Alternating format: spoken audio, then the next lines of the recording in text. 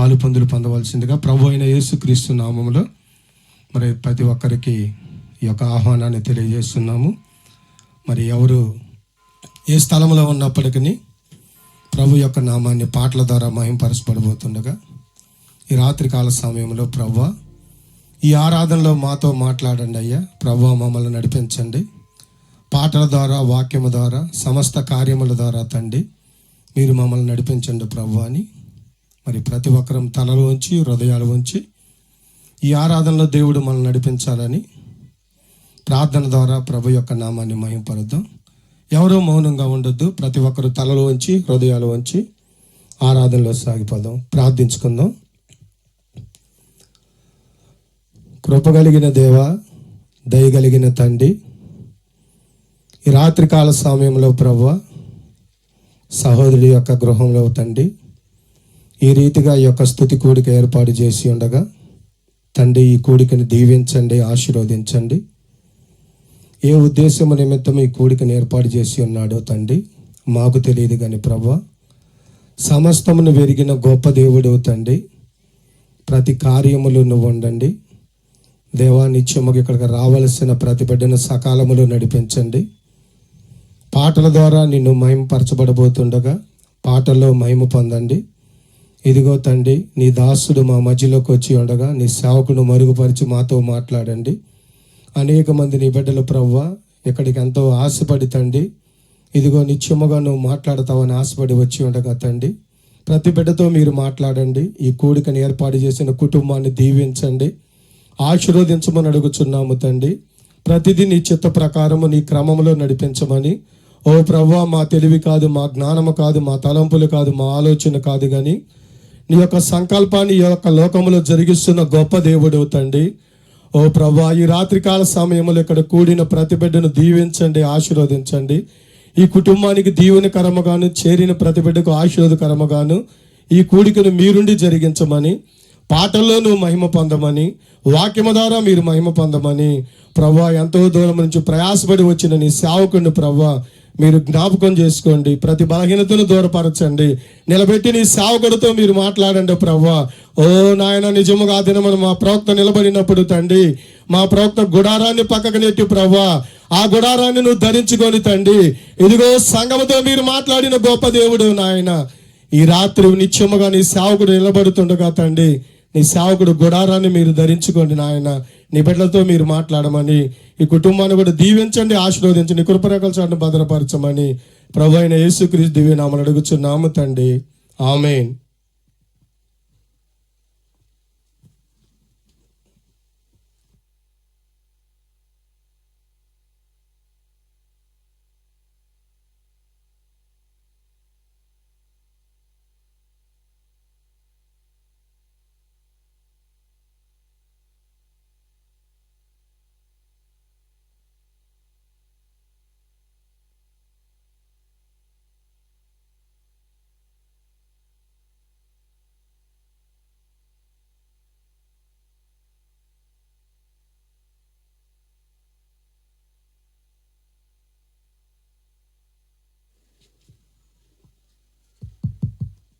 హల్లెలూయా.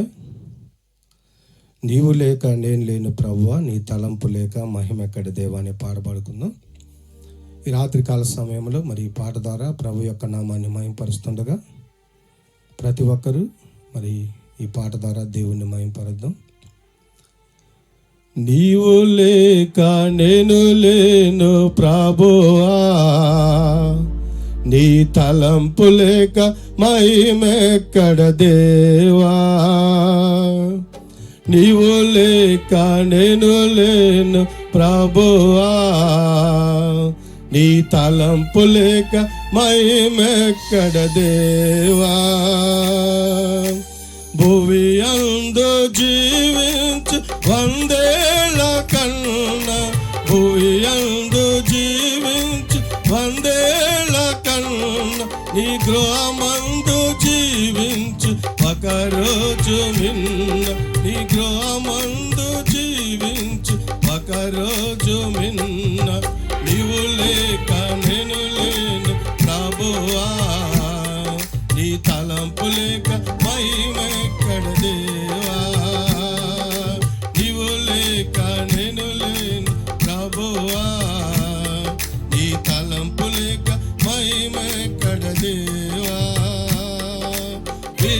విస్తార మాటలు వినడానికంటే యేసయ్య నీ నోట ఒక మాట చాలు. విస్తార మాటలు వినడానికంటే యేసయ్య నీ నోట ఒక మాట చాలు. శతకోటి ప్రాణాలు జీవించునే, శతకోటి ప్రాణాలు జీవించునే, నీ వాక్యమునందు అద్భుతమే, నీ వాక్యమునందు అద్భుతమే. నీవు లేక నేను లేను ప్రభువా, నీ తలంపు లేక మహిమెక్కడ దేవా. నీవు లేక నేను లేను ప్రభువా, నీ తలంపు లేక మహిమెక్కడ దేవా. భూమి నుండి మట్టిని తీసితివి, దానికి జీవము పోసితివి. భూమి నుండి మట్టిని తీసితివి, దానికి జీవము పోసితివి. నీవు లేక అనువేది కదలాదయ్యా, నీవు లేక అనువేది కదలాదయ్యా. నీవు లేక ఏ ప్రాణి జీవించలేదయ్యా, నీవు లేక ఏ ప్రాణి జీవించలేదయ్యా. నీవు లేక నేను లేను ప్రభువా, నీ తలంపు లేక మహిమెక్కడ దేవా. నీవు లేక నేను లేను ప్రభువా, నీ తలంపు లేక మహిమెక్కడ దేవా. ఎన్నెన్నో అద్భుతాలు చేసితివి, వాటిని వివరించి కీర్తించేదా. ఎన్నెన్నో అద్భుతాలు చేసితివి, వాటిని వివరించి కీర్తించేదా. అన్నిటినీ నేను చెప్పాలంటే, అన్నిటినీ నేను చెప్పాలంటే నా ఆయు అంతయు సరిపోదయ్యా, నా ఆయు అంతయు సరిపోదయ్యా.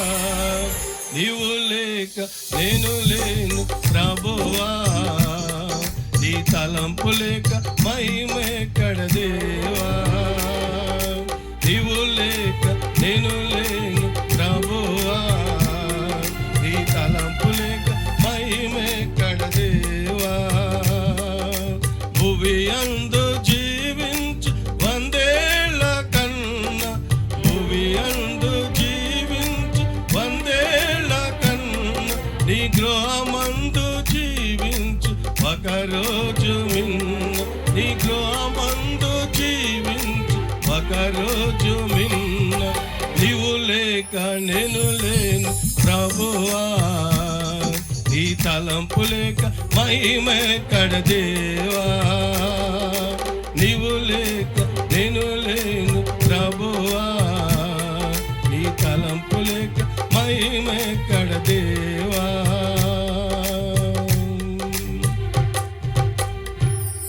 హల్లెలూయా. సమయంలో మరి పాట ద్వారా దేవుని యొక్క నామాన్ని మహిమపరచాము. మరి ఇప్పటికే సమయం ఆలస్యమైంది కాబట్టి మరొక పాట మన మధ్యలో మరి ఇస్సాకు బ్రదరు తెనాల నుంచి వచ్చిన సహోదరుడు పాడబాడు.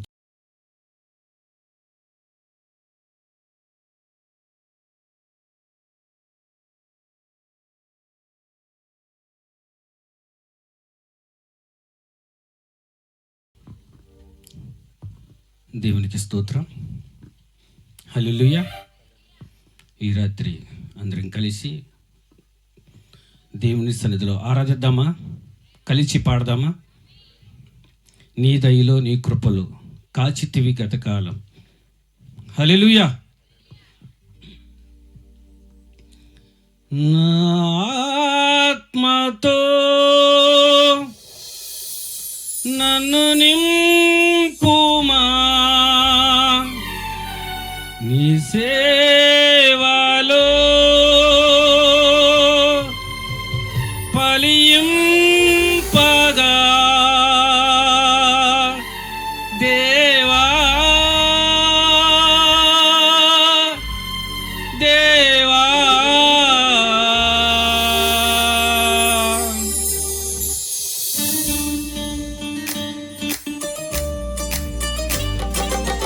గట్టిగా చప్పట్లు కొట్టి దేవుని ఆరాధిద్దాం, కలిసి పాడదాం.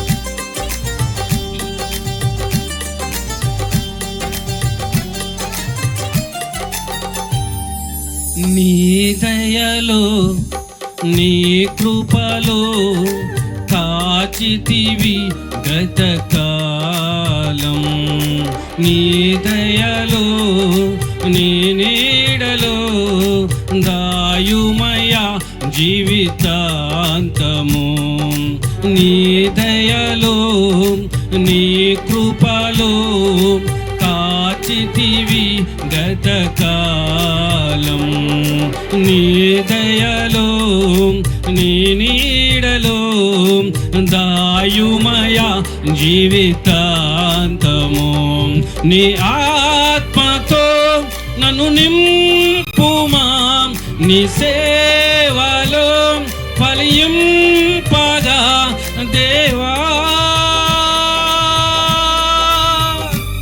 దేవా, నీ దయలో నీ కృపలో కాచితివి గతకాలం. గట్టిగా చప్పట్లు కొడదాం.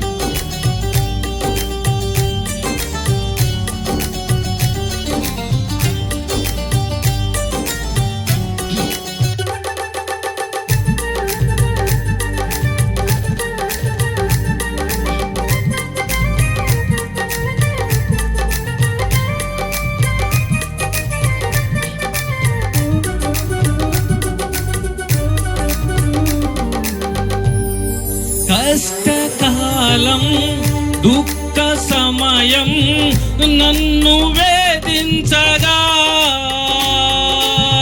ప్రాణవితులే నన్ను విడచి వెలిగా నన్ను చూడగా, కష్టకాలం దుఃఖ సమయం నన్ను వేధించగా, ప్రాణవితులే నన్ను విడచి వెలిగా నన్ను చూడగా, ఓ తత్వమైన చెంత నీవే ఉండినావు, నా కన్నిటిని కవితలో రాసి ఉంచినావు, ఓ తత్వమైన చెంత నీవే ఉండినావు, నా కన్నిటిని కవితలో రాసి ఉంచినావు, ఏమి అద్భుత ప్రేమయా, ఏ రీతి పాడనయా, నీవేనా మార్గము, నీవేనా జీవము, నీవేనా గమ్యము, నీవేనా సర్వము, నా మనసు తీర నిన్ను పాడి పొగడుదు దేవా, నీ దయలో నీ కృపలో కాచితివి గతకాలం, నీ నీడలో దాయుమయ జీవితాంతము, నీ ఆత్మతో నన్ను నింపుమా, నీ సేవలో ఫలింపగా దేవా దేవా, నీ దయలో నీ కృపలో కాచితివి గతకాలం.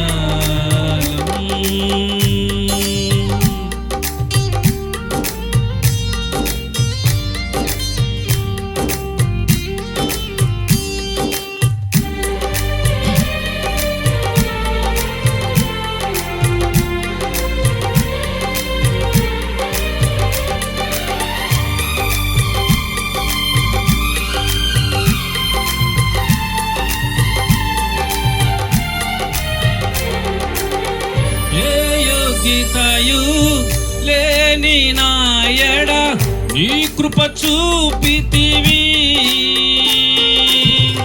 ఒట్టి పాత్రను మహిమతో నింపి మార్గము నీవైతివి. ఏ యోగ్యతయు లేని నాయడ నీ కృప చూపితివి. ఒట్టి పాత్రను మహిమతో నింపి మార్గము నీవైతివి. నీ చిత్తమే నా యందు నెరవేర్పోవాలని, నీ సేవయే నా శ్వాసగా కలువరకు నిలవాలని. నీ చిత్తమే నా యందు నెరవేర్పోవాలని, నీ కలువరకు నిలవాలని. నామది నిండెను ఆశతో నీ పాడేదా స్తుతి గీతం. నీవేనా తోడుగా, నీవేనా నేడగా, ఆత్మతో నింపుమా, శక్తినా నచ్చుకుమా.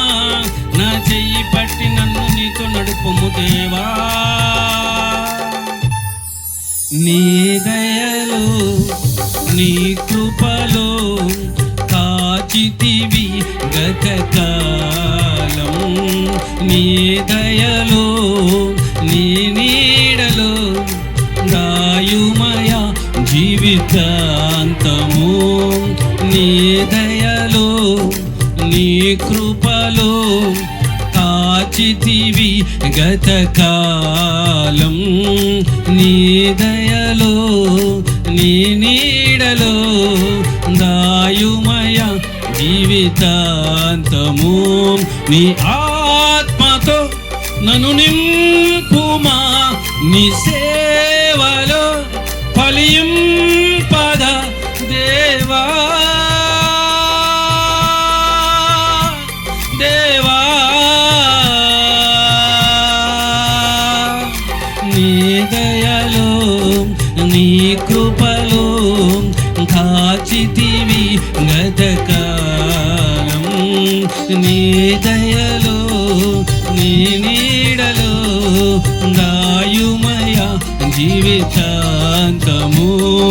నీ దయలో నీ కృపలో కాచితివి గతకాలం.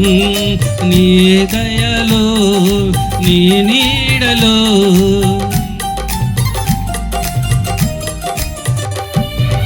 దాయుమయా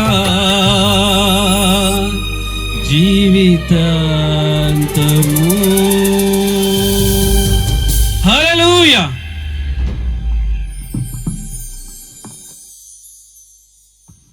హల్లెలూయా. నీ వాక్యము నా హృదయములో నింపుము దేవా, నా నడకను సరిచేయము. చిన్న పల్లవి, ఒక శరణం పాడుకొని సమయాన్ని మరి మన మధ్యలో సేవ చేస్తున్నాం. లాజర్ గారికి సమయాన్ని అప్పచెబుదాం. నీ వాక్యము నా హృదయములో నింపుము దేవా, నా నడకను సరిచేయుము. నీ వాక్యము నా హృదయములో నింపుము దేవా, నా నడకను సరిచేయుము. జీవమిచ్చిన ప్రభుడవు నీవే, తిరిగి లేచిన గనుడవు నీవే. జీవమిచ్చిన ప్రభుడవు నీవే, తిరిగి లేచిన గనుడవు నీవే. పాపుల రాజా పావన జ్యోతి, పాపుల రాజా పావన జ్యోతి, నా జీవన నాదా నీవేనయ్యా. నా జీవన నాదా నీవేనయ్యా. నీ వాక్యము నా హృదయములో నింపము దేవా, నా నడకను సరిచేయుము. నీ వాక్యము నా హృదయములో నింపము దేవా, నా నడకను సరి చేయుము. హల్లెలూయా.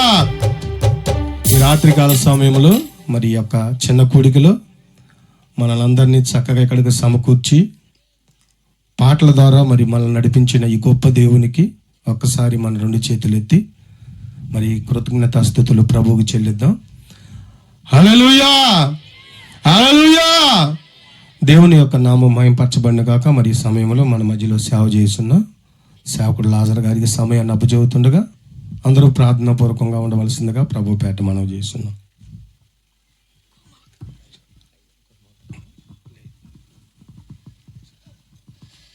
సరే, మంచిది ప్రియులారా. దేవుని యొక్క నామానికి మహిమ కలుగును గాక. హల్లెలూయా. అందరూ ఒకసారి దేవుని స్తుతిద్దామా? మీ చేతులు ఎత్తి దేవుని మహిమపరుస్తారా? హల్లెలూయా. మీ స్వరాలు ఉన్నాయి కదా, దేవుడు మీకు గొంతిచ్చింది దేవుని స్తుతించేదానికే కదా, మరి గట్టిగా స్తుతించవచ్చు కదా. హల్లెలూయా, హల్లెలూయా. దేవుని నామానికి మహిమ కలుగును గాక. మరి ఇంతవరకు పాటల ద్వారాగా దేవుని మహిమపరిచాము. మరి ఒక ప్రాముఖ్యమైన కార్యంలోకి మనం ఈరోజు వచ్చి ఉన్నాం ప్రియులారా.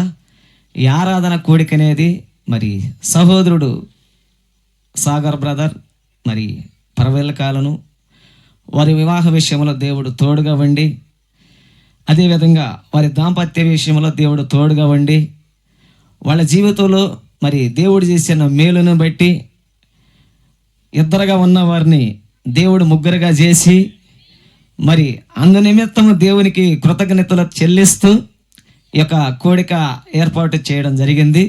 కాబట్టి ప్రవక్త అన్నాడు, దేవుడు మన జీవితంలో ఒక చిన్న మేలు చేసినా కానీ దేవుడిని అంట మహింపరచాలంట.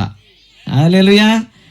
కాబట్టి మరి ఎంతమంది మహింపరుస్తారో నాకైతే తెలియదు, కానీ నీకు చిన్న దాంట్లో నేను దేవునికి నమ్మకంగా ఉన్నావంటే పెద్ద దాంట్లో దేవుడు ఇంకా అధికంగా దేవుడు దీవిస్తాడంట. హల్లెలూయా. కాబట్టి రోమిలకు రాసిన పత్రికలు ఆయన అంటున్నాడు, మృతులను సజీవులుగా లేపువాడునైనట్లు అంటున్నారా, అదేవిధంగా లేని వాటిని ఉన్న వాట్లుగా పిలిచే దేవుడు అంట ఆయన. హల్లెలూయా.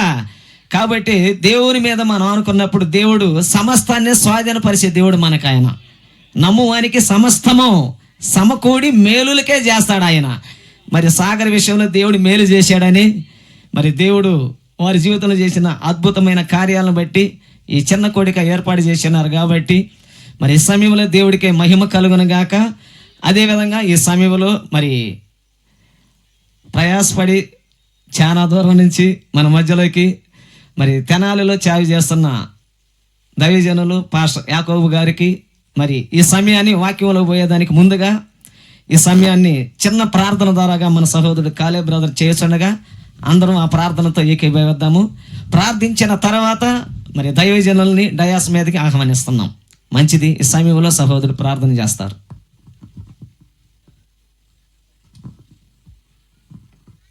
ప్రార్థన చేసుకుందాం. జీవం కలిగిన మా గొప్ప తండ్రి, భూమి ఆకాశములు సృజించిన గొప్ప దేవ, మీ పరిశుద్ధమైన ఉన్నతమైన శ్రేష్టమైన నామానికి వందనాలు ప్రభువా. మరి ఈ రాత్రికాల సమయంలో ప్రభువా, మా సహోదరుడు సాగర్ గారి యొక్క గృహంలోకి నాయన అనేక ప్రాంతాల్లో నుండి నీ బిడ్డలను సమకూర్చి ఈ విధంగా మిమ్మల్ని ఆరాధించుటకు, మిమ్మల్ని ఘనపరచుటకు మీరు ఇచ్చిన ఈ మంచి సమయాన్ని బట్టి మీకు వందనాలు ప్రభువా. మరి ఇంతవరకు పాటల ద్వారా మిమ్మల్ని ఘనపరిచాము తండ్రి. ఈ సమయంలో నీ దాసుడు నీ సేవకుడు నిలబడి ప్రభువా మరి నీ జీవవాక్యాన్ని అందించుండగా దేవా నీ దాసునిపై నీ అభిషేకాన్ని ఉంచండి. ఆ రోజు విలియం బ్రానం గారి పైన ఏ ఆత్మనైతే ఉంచారో ప్రభువా, ఏ అభిషేకాన్ని అయితే ఉంచారో నాయన, అదే అభిషేకమును నీ దాసునిపై నుంచి మా అందరితో మీరు మాట్లాడండి ప్రభువా. ఆ రోజు అమ్మాయి మార్గంలో మీరు మాట్లాడినప్పుడు తండ్రి వారి యొక్క హృదయంలో మండిన నాయన తండ్రి, ఈ రాత్రికాల సమయంలో ప్రభువా దేవా నాయన నీ యొక్క ఆత్మచేత నీ వాక్యము చేత నాయన మా హృదయాలను కూడా మీరు మండించమని వాక్యం చెప్పుచున్న నీ దాసుని మీరు ఎత్తి పట్టుకోమని యేసుక్రీస్తు దివ్యనామంలో ప్రార్థించి వేడుకుంటున్నాము గొప్ప తండ్రి, ఆమేన్. Praise lord. సరే, మంచిది. ఈ సమయంలో దైవజనుల్ని ఆహ్వానిస్తున్నాము.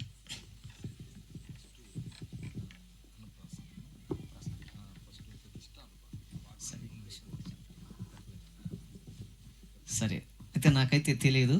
ముందు అన్నప్రాసన ఉందంట మరి, కాబట్టి మరి ఆ చిన్న పాపని తీసుకొని వస్తే ఈ సమయంలో అన్నప్రాసన చేసి ఆ కార్యక్రమం అయిపోయిన తర్వాత వర్తమానంలోకి మరి దైవజనులు వెళ్ళిపోతారు. కాబట్టి అందరూ ప్రార్థనా పూర్వకంగా ఉండవలసిందిగా ప్రభు పేరట మీకు మనవి చేస్తున్నాను.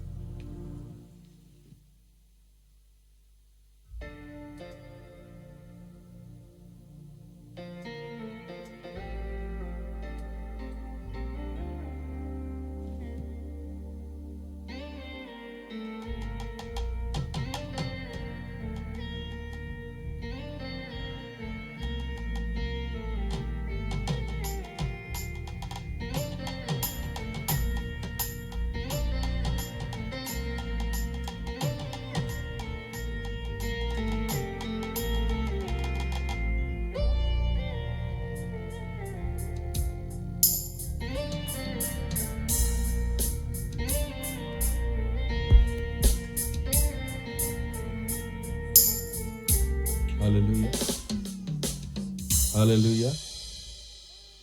సరే, మంచిది. మరి ఇప్పుడు వచ్చినటువంటి సంఘస్థులందరికీ యేసుక్రీస్తు నామములో వందనాలు తెలియజేస్తా ఉన్నా. ఈ సమయంలో మరి సహోదరుడు మరి సాగర్ ప్రవళిక ప్రేమించి ఇచ్చినటువంటి చిన్న బిడ్డ జోహన్నాకి మరి అన్నప్రాసన చేసి మరి ప్రతిష్ఠ చేయమని కోరున్నారు. మొదటిగా ప్రతిష్ఠ చేద్దాం, దాని తర్వాత అన్నప్రాసన చేద్దాం.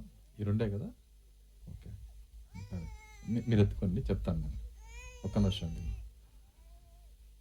సరే, మొట్టమొదటిగా మనము ఈ బిడ్డను మనము ప్రతిష్ఠత చేద్దాం. మరి ప్రతిష్ఠత అనేది ఎందుకు చేస్తాము అని ఈ గడియ ప్రవక్త ఒక మాట చెప్పుకున్నాడు మనతో. ఏమన్నాడంటే, ఆ బిడ్డకు ఊహొచ్చి మరి బాప్తిసం తీసుకునేంతవరకు ఈ ప్రతిష్ఠత కార్యక్రమం అనేది, మరి ఈ ప్రతిష్ఠత చేయటం అనేది ఆ బిడ్డకి బాప్తిసం వల్లే ఆ బిడ్డకి పనిచేస్తుందని ప్రవక్త చెప్పాడు. కాబట్టి మరి ఎత్తపాటు జరిగితే మరి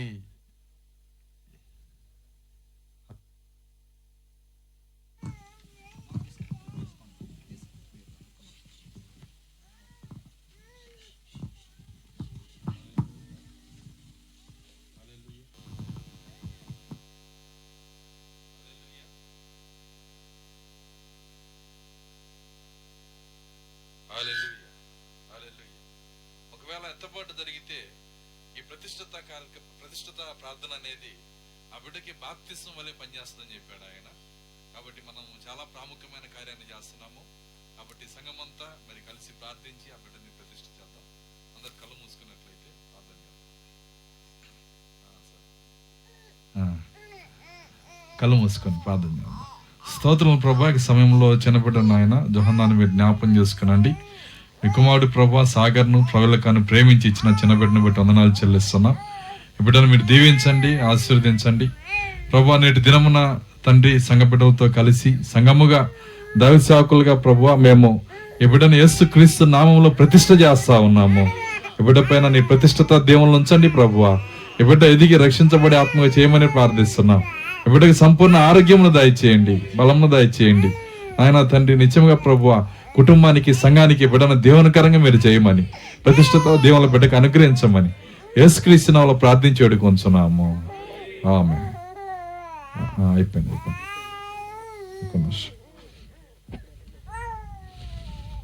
సో దీని తర్వాత మరి అన్నప్రాసన కార్యక్రమం చేద్దాం. సరే, చిన్న ప్రార్థన చేద్దాం, కళ్ళు మూసుకొని. స్తోత్రం ప్రభువా, ఈ సమయంలో చిన్న బిడ్డ నాయన జోహన్నాకు ఆయన మొదటిగా బలమైన ఆహారం మేము తినిపించుండగా తండ్రి ఆ బిడ్డను మీరు దీవించండి, ఆశీర్వదించండి. సంపూర్ణ ఆరోగ్యంతో నాయన తను జీవించడానికి సహాయం దయచేయండి. ఈ యొక్క ఆహారాన్ని పవిత్రపరచండి, పరిశుద్ధపరచండి. ఇది లేని వారికి మీరు దయచేయమని, ఈ బిడ్డకు నాయన మొదటిసారిగా ఈ బలమైన ఆహారాన్ని తినిపించుండగా మీ కృప, మీ కనికరం అనుగ్రహించమని యేసుక్రీస్తు నామములో ప్రార్థించి వేడుకొంచున్నాము. ఓకే, యేసుక్రీస్తు నామములో బిడ్డకి మొదటగా బలమైన ఆహారాన్ని ఇస్తాను. అయిపోయింది.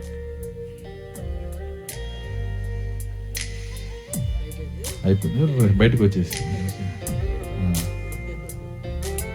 ఓకే.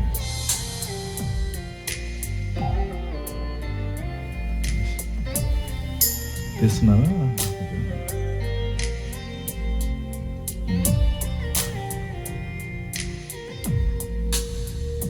ఇది బాగాలేదా? ఓకే సరే. ఎవరు ఒక పాట పాడుతుండగా మరి ఉన్నారా ఎవరైనా పెట్టేవాళ్ళు? అక్కడ తీసుకెళ్ళిపోవచ్చు, ఏం పర్వాలేదు. అక్కడ ముందుకు తీసి సహోదరుడు ఒలి వచ్చి ఒక పాట పాడుతుండగా మరి ప్రాముఖ్యమైన వారు అన్నప్రాసన చేస్తారు. రండి మీరు రండి, కూర్చొని తొందరగా.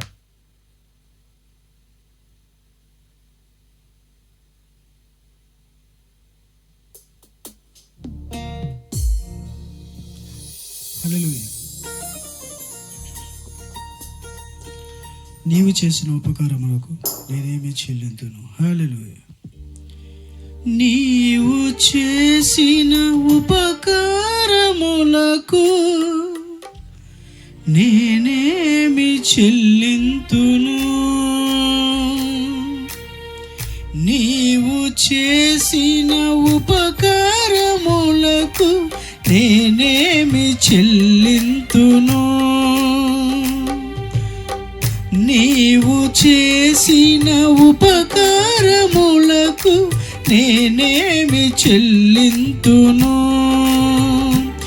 ఏడాది దూడలనా వేలాది పొట్టేళ్ళనా, ఏడాది దూడలనా వేలాది పొట్టేళ్ళనా, నీవు చేసిన ఉపకారములకు నేనేమి చెల్లింతును.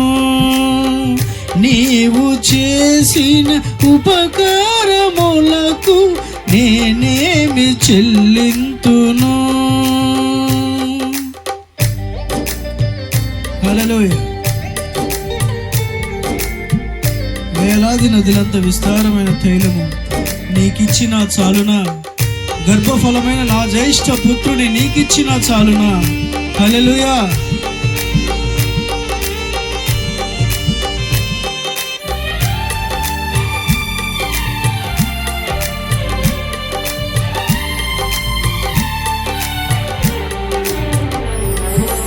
వేలాది నదులంత విస్తార తైలము నీకిచ్చిన చాలునా,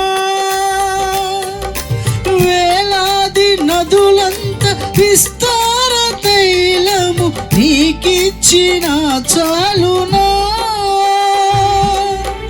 గర్భఫలమైన నా జ్యేష్ఠ పుత్రుని నీకిచ్చిన చాలునా, గర్భఫలమైన నా జ్యేష్ఠ పుత్రుని నీకిచ్చిన చాలునా.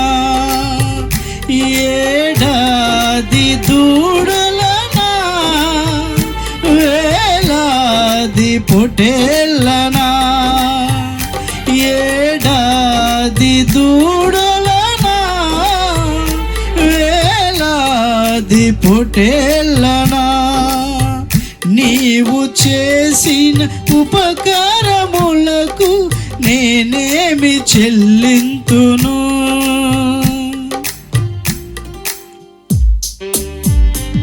హల్లెలూయా. మరణ పాత్రుడనై ఉన్న నాకై మరణించితివా సిలువలో, కరుణ చూపి నీ దివ్య మార్గాన నడిపించుము యేసయ్యా. హల్లెలూయా.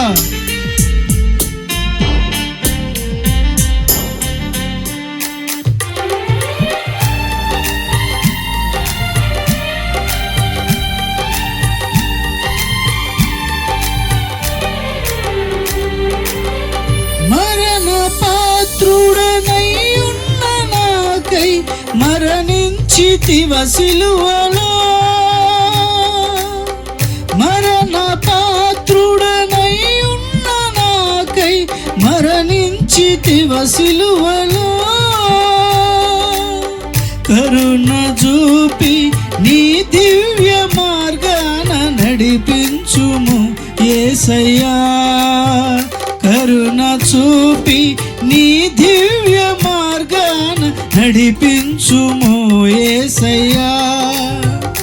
ఏడాది దూడలనా వేలా ఏడాది పొటేళ్ళనా, ఏడాది దూడలనా, వేలాది పొటేళ్ళనా, నీవు చేసిన ఉపకారములకు నేనేమి చెల్లింతును?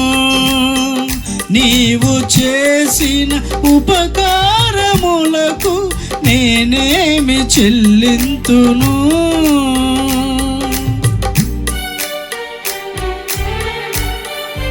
విరిగి నలిగిన బలియాగముగాను నా హృదయము నీకు అర్పిస్తున్నాను ప్రభు.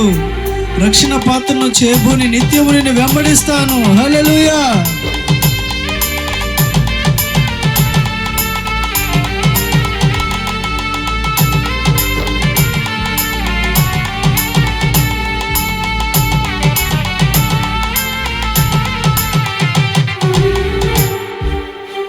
విరిగి నలిగిన బలియాగముగను నా హృదయమర్పింతును.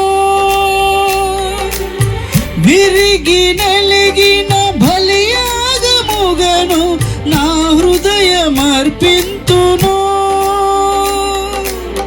రక్షణ పాత్రను చేబూని నిత్యము నిన్ను వెంబడించెదను. రక్షణ పాత్రను చేబూని నిత్యము నిన్ను వెంబడించెదను. ఏడాది దూడలనా, వేలాది పొటేళ్ళనా, ఏడాది దూడలనా, వేలాది పొటేళ్ళనా, నీవు చేసిన ఉపకారములకు నేనేమి చెల్లింతును? నీవు చేసిన ఉపకారములకు నేనేమి చెల్లింతును? ఏడాది దూడలనా, వేలాది పొటేళ్ళనా, ఏడాది దూడలనా, వేలాది పొటేళ్ళనా, నీవు చేసిన ఉపకారములకు నేనేమి చెల్లింతును? నీవు చేసిన ఉపకారములకు నేనేమి చెల్లింతును? హల్లెలూయా.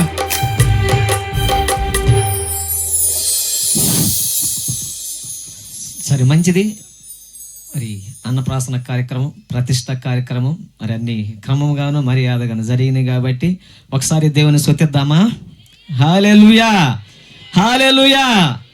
మంచిది. మరి వాక్యంలో పోయేదానికి అందరు సిద్ధంగా ఉన్నారా? ఎంతమంది సిద్ధంగా ఉన్నారు? ఎంతమంది నాతో మాట్లాడాలి ప్రభువా? ఓ నా హృదయాన్ని మండించండి ప్రభువా, నీ దాసుడు ద్వారాగా నాతో మీరు మాట్లాడండి నాయనని. అందరు సిద్ధమేనా? మంచిది. దేవుడు మిమ్మల్ని అందరినీ దీవించను గాక. ఈ సమయంలో దైవజనుల్ని మరి వాక్యము నిమిత్తం ఆహ్వానిస్తున్నాం.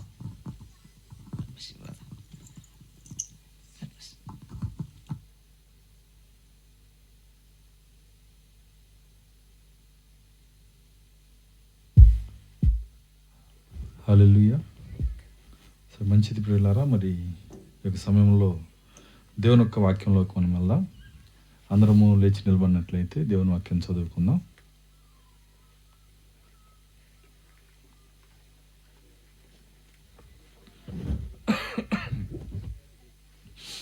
పరిశుద్ధ గ్రంథంలో నుండి రోమీయులకు రాసిన పత్రిక 8వ అధ్యాయము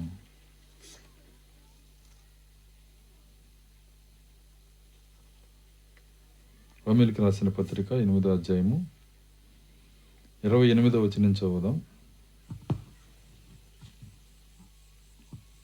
దేవుని ప్రేమించు వారికి అనగా ఆయన సంకల్పం చొప్పున పిలువబడిన వారికి మేలు కలుగుటకై సమస్తమును సమకూడి జరుగుచున్నవని ఎరుగుదము. ఎందుకనగా తన కుమారుడు అనేక సహోదరుల్లో జ్యేష్ఠుడగునట్లు దేవుడు ఎవరిని ముందు ఎరిగినో వారు తన కుమారునితో సారూప్యము గలవారగుటకు వారిని ముందుగా నిర్ణయించెను. మరియు ఎవరిని ముందుగా నిర్ణయించెనో వారిని పిలిచెను, ఎవరిని పిలిచెనో వారిని నీతిమంతులుగా తీర్చెను, ఎవరిని నీతిమంతులుగా తీర్చెనో వారిని మహిమపరిచెను. దేవుడు తన వాక్యం దీవించునుగాక. ప్రార్థించుకుందాం. స్తోత్రములు స్తోత్రములు స్తోత్రములు ప్రభువా, కృపగల తండ్రి, మీ స్తోత్రాలు చెల్లిస్తున్నాం. ఈ యొక్క సమయంలో నీ కుమారుడు నాయన సాగర్ను, ప్రవళికాను ప్రేమించి ఇచ్చిన చిన్న బిడ్డ జొహన్నను బట్టి ఈ సమయంలో ప్రభువా ప్రతిష్టత చేయటానికి, ప్రభువా అన్నప్రాసన చేయటానికి మీరు చూపించిన తండ్రి కృపను బట్టి వందనాలు చెల్లిస్తున్నా. తండ్రి, మీరు నిర్ణయించిన దినం బట్టి వందనాలు. ప్రభువా నాయన తండ్రి, ఈ సమయంలో కూడి వచ్చిన ప్రతి బిడ్డను మీరు దీవించండి. ప్రభువా ఈ యొక్క సన్నిధిని ఇక్కడ అనుగ్రహించండి. ఎక్కడ 2-3 నా నామపేట కూడుదురో వారి మధ్య నేను ఉంటానని వాగ్దానం చేసిన దేవుడు, మా మధ్య మీరు ఉన్నారని భయభక్తులతో మేము ఉండుటకు సహాయము దయచేయండి నాయన. మా అంతరంగ దృష్టి మీ పైన పెట్టుటకు సహాయము దయచేయండి. మా ఆలోచన, మా తలంపులు నీ పైన ఉంచుటకు సహాయము దయచేయండి. ఇక్కడ నీ లేఖన భాగం చదవబడి ఉన్నది ప్రభువా, దాన్ని మా కొరకు ఎర్రవమని ప్రార్థిస్తున్నా. ఎందుకంటే మేము బైబిల్ తెరవగలము కానీ వాక్యాన్ని తెరచు దేవుడు నీవు మాత్రమే ప్రభువా. మా హృదయాల్లో వాక్యాన్ని తెరవండి. వాక్యం చూచి కన్నులు మాకు దయచేయండి. వాక్యంలో సంతోషించు భాగ్యాన్ని మాకు దయచేయమని కొద్ది నిమిషంలో ప్రభువా నేను బలహీనను బలపరిచి నీ సిలువ చాటును మరుగు చేసిన ఆయన మీరే మాట్లాడమని వినుచున్న నీ బిడ్డల హృదయాల్లో నీ అభిషేకము దయచేయండి. నా హృదయంలో నీకు అభిషేకం ఇచ్చి మీరు మాట్లాడి మీ నామానికి మహిమ తెచ్చుకోమని యేసుక్రీస్తు నామములో ప్రార్థించి వేడుకొంచున్నాము తండ్రి, ఆమేన్. కూర్చున్నాం.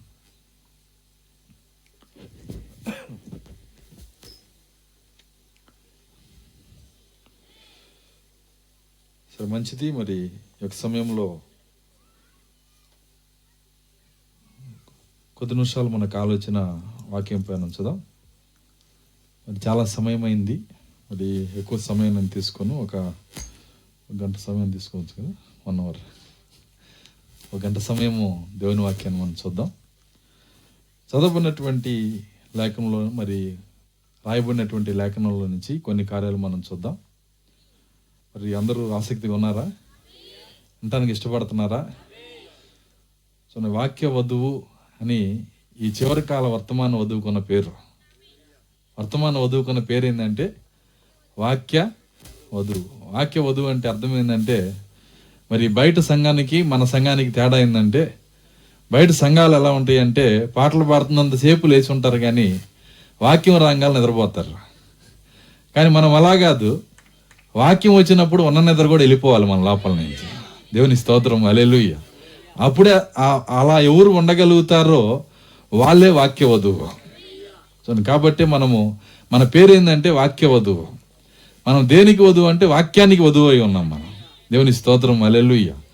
కాబట్టి మరి చాలా జాగ్రత్తగా మనము కొద్ది నిమిషాలు దేవుని వాక్యాన్ని మనం చూద్దాం. చదవబడినటువంటి లేఖనంలో ఆయన ఏమంటున్నాడంటే, మరి దేవుణ్ణి ప్రేమించు వారికి అనగా ఆయన సంకల్పం చొప్పున పిలవబడిన వారికి. దేవుణ్ణి ప్రేమించు వారికి అనగా ఆయన సంకల్పం చొప్పున పిలవబడిన వారికి. మనం కనుక జాగ్రత్తగా గమనిస్తే దేవుణ్ణి ప్రేమించు వారికి అన్నప్పుడు మరి అందరూ దేవుణ్ణి ప్రేమిస్తున్నట్టే కనపడతారు. కానీ వాక్యం ఏమని అర్థమిస్తుందంటే, అందరూ దేవుని ప్రేమించడం కాదు కానీ ఆయన సంకల్పం చొప్పున పిలవబడిన వారే దేవుని ప్రేమించగలుగుతారంట. రెండింటికి ఎంత తేడా ఉందో చూడండి. మనం బైబిల్ పట్టుకొని చర్చికి పోతే అందరూ దేవుని ప్రేమిస్తున్నారు అనుకుంటాం.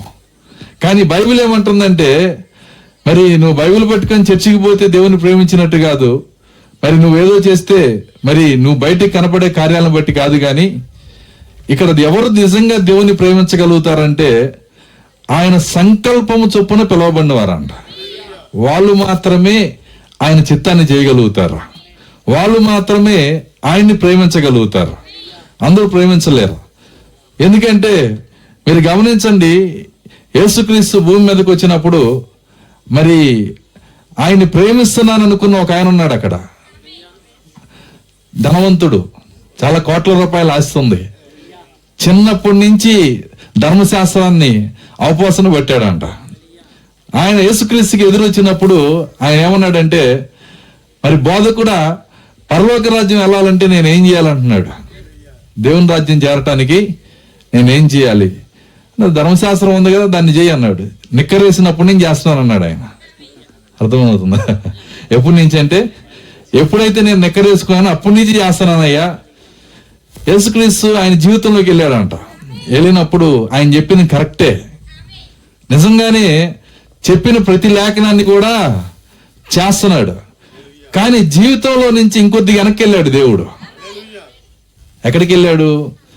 జగత్తు పునాది వేయబడక ముందే దేవునికి ఒక సంకల్పం ఉంది.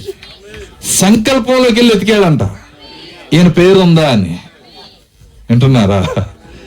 అక్కడ లేదు. వింటున్నారా? చూడండి, ఎప్పుడైతే ఆ యొక్క పేరు లేదో వెంటనే ఒక టెస్ట్ ఇచ్చాడు, అక్కడ ఒక పరీక్ష ఇచ్చాడు. ఏమన్నాడంటే, నీకున్నదంతా అమ్మేసుకొని నన్ను వెంబడించన్నాడు. నీకున్నదంతా అమ్మేసి పేదలకు ఇచ్చేసి నన్ను వెంబడించు. ఎప్పుడైతే ఆ మాట చెప్పాడో బైబిల్ ఏమంటుందంటే, నాకు ఉన్నదంతా అమ్మేస్తే నేనేం తినాలి అని ఒక వ్యసనం వచ్చిందట అతనికి. ఆ యేసుక్రీస్తు ఇచ్చిన మాట అతనికి భారం అయిపోయింది. ఎందుకంటే యేసుక్రీస్తు ఎవరంటే విలువైన ముత్యం.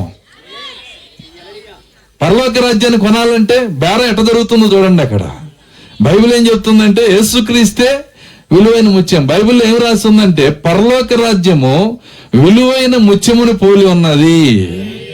దాన్ని కొనాలంటే చెప్పండి, దాన్ని కొనాలంటే అందరికీ ఒకటే రేటు. అందరికీ ఒకటే రేటు. ఏంటి ఆ రేట్ అంటే, నీకు ఉన్నదంతా. ఒకడికి పూరి గుడిసుంటే అదే, ఒకడికి కోట్ల రూపాయలు ఉంటే అదే. నీకు ఉన్నదంతా ఇచ్చేయాలా. నీకు ఏదుందో అంతా ఇచ్చేయగలిగిన మనసు నీకు ఉంటే, వింటున్నారా? అంటే పాస్టర్ గారు మా ఆస్తులన్నీ అమ్మి ఇచ్చి మేము పరలోక రాజ్యం రావాలా? అది కాదు దాని అర్థం. నీ మనస్సు, నీ యొక్క ఆత్మ, నీకున్న సమస్తం కూడా.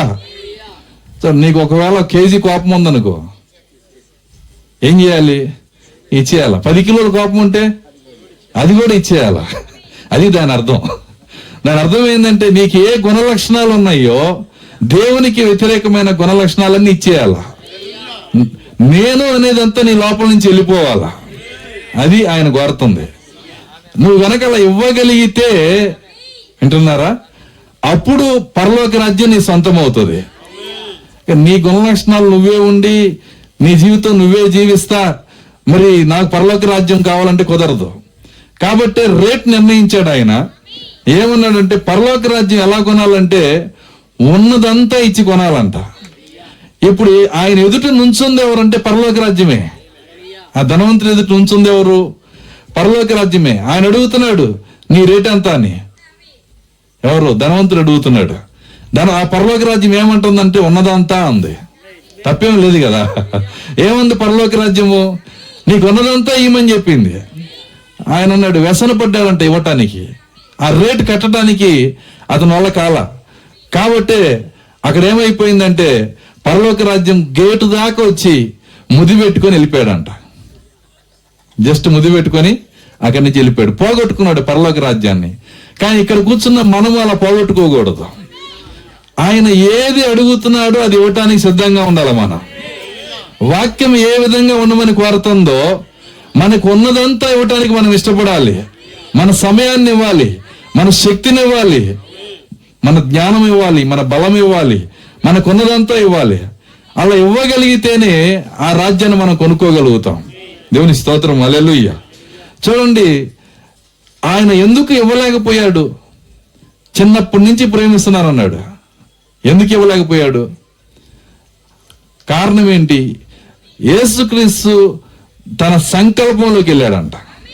జగత్తు పునాది వేయబడక ముందే ఆయన కూర్చొని సంకల్పం చేసుకున్నాడు. ఆయన ఆ సంకల్పంలో ఈ ధనవంతుని పేరు లేదు గనక ఆ త్యాగం చేయలేకపోయాడు. దేవుని స్తోత్రం, హల్లెలూయా.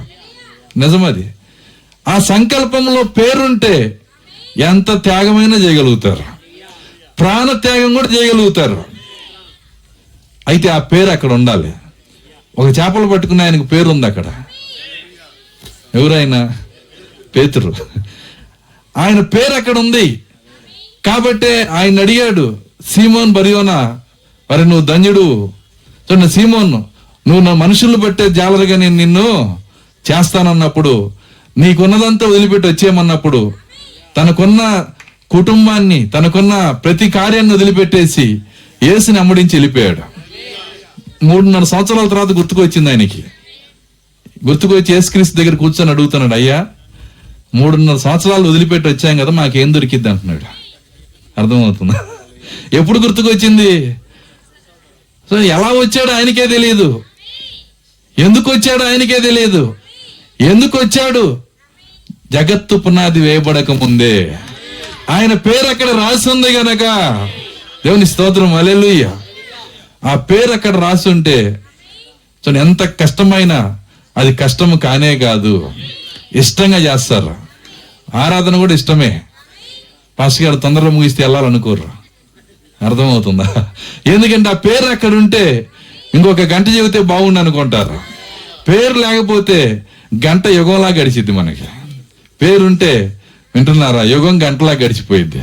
దేవుని స్తోత్రం, హల్లెలూయా. కాబట్టి దేవుణ్ణి ప్రేమించు వారికి అని ఆయన చెప్పినప్పుడు అందరూ ప్రేమించేవారు కాదు. ఆయన సంకల్పం చొప్పున పిలవబడిన వారు మాత్రమే ఆ ప్రేమించే శక్తిని కలిగి ఉంటారు. కాబట్టి ఈ గడియకు ఒక ప్రవక్తను పంపించి ఈ గడియకి ఆయన స్వరాన్ని ఇచ్చి వర్తమానాన్ని ఇస్తే ఎవరు ప్రేమించగలుగుతారు? ఇప్పుడు చెప్పండి. అందరూ ప్రేమించలేరు. ఆ పేరు అక్కడ ఉన్న వాళ్ళు మాత్రమే ఆయన ప్రేమించగలుగుతారు. లేదంటే ఏమంటారంటే, నేను బాప్తిసం తీసుకుని 40 ఏళ్ళు అయింది, మళ్ళీ పొందాలా అంటారు. అర్థమవుతుందా? ఎందుకంటే త్యాగం చేయలేరు. వాళ్ళకున్న పేరు, వాళ్ళకున్న ప్రతిష్ట, వాళ్ళకున్న జ్ఞానము అన్ని వదులుకోలేరు. ఒక ప్రవక్తను అంగీకరించాలంటే వాళ్ళకి శక్తి చాలదు. సో అంగీకరించాలంటే ఏం కావాలంటే జగత్తు పునాది వేయబడక ముందే ఆ పేరు అక్కడ ఉండాలి. దేవుని స్తోత్రం, హల్లెలూయా. ఒకసారి యేసుక్రీస్తు దగ్గరికి పేరు లేని ఆయన వచ్చాడు. అక్కడ పేరు లేని ఆయన పేరు నికోదేము. వచ్చాడా? సో నా నికోదేము వచ్చినప్పుడు, నేను టైం చూడట్లా, ఓకే టైం పెట్టుకుంటున్నాను, నేను నా టైంలో నేను ముగిస్తాను. చూడండి, ఆ నికోదేము అక్కడికి వచ్చినప్పుడు ఏమైందంటే, ఆయన రాత్రి సమయంలో వచ్చాడంట యేసుక్రీస్తు దగ్గరికి. ఏ సమయంలో వచ్చాడు? రాత్రి సమయంలో. రాత్రి సమయంలో వచ్చి జాగ్రత్తగా ముసిగేసుకొని, వింటున్నారా, లోపలికి వచ్చి తలుపు కొడుతున్నాడు. తలుపు తీసే ఉంది. చిన్నగా లోపలికి వచ్చి పేతురు తలిపే అంటున్నాడు. ఎందుకంటే ఎవరన్నా చూస్తే, వింటున్నారా, వచ్చి యేసుక్రీస్తు దగ్గరకు వచ్చి యేసుక్రీస్తు ఏమంటున్నాడంటే, యేసుక్రీస్తు మాట్లాడుతున్నాడు, బోధకుడా, నిజముగా నువ్వు దేవుని యొద్ద నుంచి వచ్చిన బోధకుడు అని నేను నమ్ముతున్నాను అన్నాడు. దేవుడు అడగలేదు ఇలా ముసికెందుకని. నమ్మితే ఏం చేయాలి? ఆ ముసికెందుకు? అర్థమవుతుందా? సో నా ముసికెందుకని అడగలేదు ఆయన. అయితే ఆయన ఏం చేశాడంటే, ఈయన మెచ్చుకుంటున్నాడు, నువ్వు నిజంగా దేవుని వద్ద నుంచి వచ్చావు కాబట్టే ఇలాంటి కార్యాలు, ఇలాంటి క్రియలు ఈ లోకంలో ఎవరు చేయలేదు, నువ్వు మాత్రమే చేస్తున్నావంటే నిజంగా నువ్వు దేవుని వద్ద నుంచి వచ్చిన బోధకుడు అని మేము నమ్ముచున్నాము. యేసుక్రీస్తు ఆయన లైఫ్లోకి వెళ్ళిపోయాడు.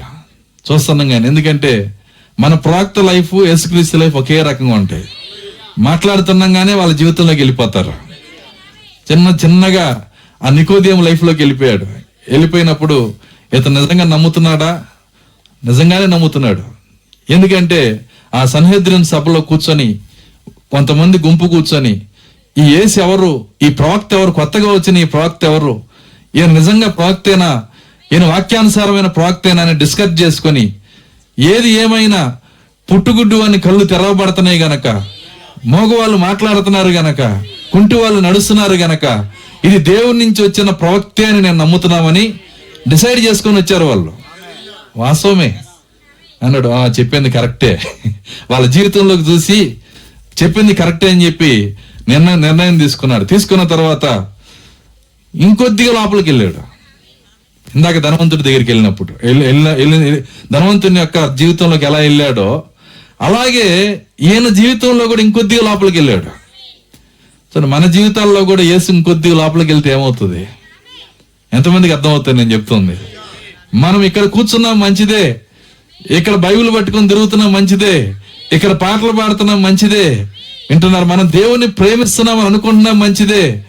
కానీ నిజంగా జగత్తు పునాది వేయబడక ముందే ఆయన సంకల్పంలో దేవుడు మనల్ని పిలిచాడా? దేవుని స్తోత్రం. చూడండి, ఆయన సంకల్పంలో దేవుడు మనల్ని ఎన్నుకున్నాడా? అది ప్రశ్న. ఆయన సంకల్పంలో మనల్ని ఎన్నుకుంటే, ఆయన దేవుడు గనక మనల్ని ఆ విధంగా ఎన్నుకుంటే, ఆయన సిద్ధపరిచిన క్రియలు చేయటానికే మనం ఇక్కడ ఉంటామంట. ఆయన ఏం సిద్ధపరిచాడు? మత శాఖల నుంచి బయటికి రమ్మని, దానికి మనం ఆమేన్ చెబుతాం. సిద్ధాంతాల నుంచి బయటికి రమ్మని, దానికి మనం ఆమేన్ చెబుతాం. తప్పుడు బాప్తిస్తాన్ని సరి చేసుకోమని, దాన్ని మనం ఆమేన్ చెబుతాం. ఈ గడియ ప్రవక్తను అంగీకరించమని, దానికి మనం ఆమేన్ చెబుతాం. ఎప్పుడంటే ఆ పేరు అక్కడ ఉంటే మనం ఈ కార్యాలన్నీ చేయగలుగుతాం. దేవుని స్తోత్రం. చూడండి, అది ఎంత త్యాగమైనా, ఎంత దూరమైనా. ఈరోజు చర్చిలు ఎలా ఉన్నాయంటే, ఈ సందులో ఒక చర్చి ఉంటే వెనకాల సందులో ఒక విశ్వాసి మారితే, పాస్టర్ గారు మీ సందు దాకా రాలేకపోతున్నానండి, మా సందులో ఇంకో చర్చి పెట్టనంటే, అలాగేనమ్మా అంటే అర్థమవుతుందా? సందుకో చర్చి. ఎందుకంటే ప్రజలు రాలేకపోతున్నారంట, దూరం రాలేకపోతున్నారు. కానీ వాక్య వధువు అలా కాదు. ఎంత దూరమైనా సరే వాక్యం కొరకు ఆమె ప్రయాణం చేసి వెళ్తానే ఉంటది. దేవుని స్తోత్రం, హల్లెలూయా. కాబట్టి ఆ క్రియలు ఎవరు చేస్తారంటే, జగత్తు పునాది వేయబడక ముందే ఎవరి పేరైతే అక్కడ ఉంటుందో వాళ్ళే దాన్ని చేయగలుగుతారు. అందరూ చేయలేరండి ఆ కార్యాలు. ఆ పేరు అక్కడ ఉండాలి. భూమిని సృష్టించక ముందు, సూర్యుని చేయకముందు, నక్షత్రాలు చేయకముందు దేవుడు తన తలంపుల్లో మనల్ని చూశాడు. ఆయన మన పేరు అక్కడ రాశాడు. ఆయన ఆ పేరు రాసిన వాళ్ళే ఆ కార్యాన్ని చేస్తారు. కాబట్టి నికోదేము చెప్పింది నిజమే. అక్కడి నుంచి ఆయన ఏం చేశాడంటే, మరికొంత లోపలికి వెళ్ళాడంట. అక్కడి నుంచి ఎక్కడికి వెళ్ళాడంటే, మరికొంత లోపలికి వెళ్ళాడు. వెళ్ళినప్పుడు ఆ యొక్క మరి జగత్తు పునాది వేయబడక ముందు నికోదేం పేరుందా లిస్ట్ చూశాడు. లేదు. వింటున్నారా? ఆయన పేరు లేదు. కాబట్టి ఆయన ఏం చేశాడంటే, ఒకే ఒక మాట ఇచ్చాడు ఆయనకి. ఏమన్నాడంటే, ఆయన పొగుడుతా ఉంటే ఆయన తిడతా ఉన్నాడు. యేసుక్రీస్తు ఏమంటున్నాడంటే, ఒక విధంగా విమర్శిస్తున్నాడు ఆయన్ని. ఒకడు తిరిగి జన్మించన్నదే పరలోక రాజ్యము చూడలేరు. ఒకడు తిరిగి జన్మించిందే పరలోక రాజ్యాన్ని చూడలేరు అన్నాడు. ఈయన అడుగుతుంది ఏంటంటే, పొగుడుతున్నాడు. సరే చూడండి, లేఖనం చూడండి, యోహాను సువార్త వాక్యాన్ని చూద్దాం. మైక్ ఉందా మీకు?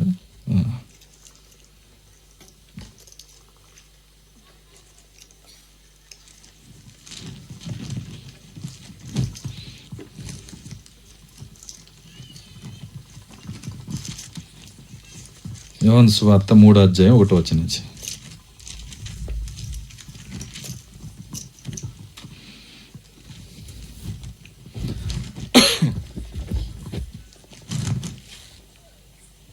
మూడో అధ్యాయము 1వ వచనం చదువు. యూదుల అధికారి అయిన నికోదేమును పరిసయ్యుడు ఒకడు ఉండెను. అతడు రాత్రి యందు ఆయన యొద్దకు వచ్చి పగలు రావచ్చుగా. ఎప్పుడు వచ్చాడండి ఆయన? రాత్రి యందు.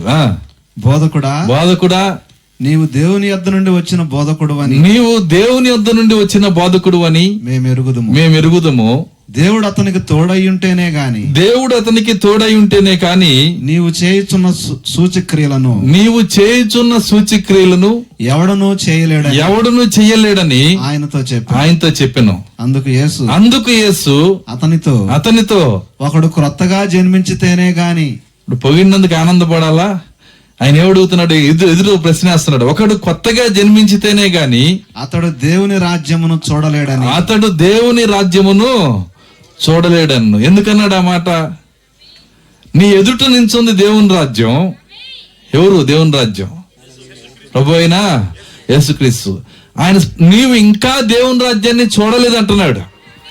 నువ్వు నన్ను ఎంతగానే పొగడొచ్చు, నువ్వు ఎంతగానో నన్ను మెచ్చుకోవచ్చు, కానీ నువ్వు ఇంకా దేవుని రాజ్యాన్ని నీవు చూడలేదు.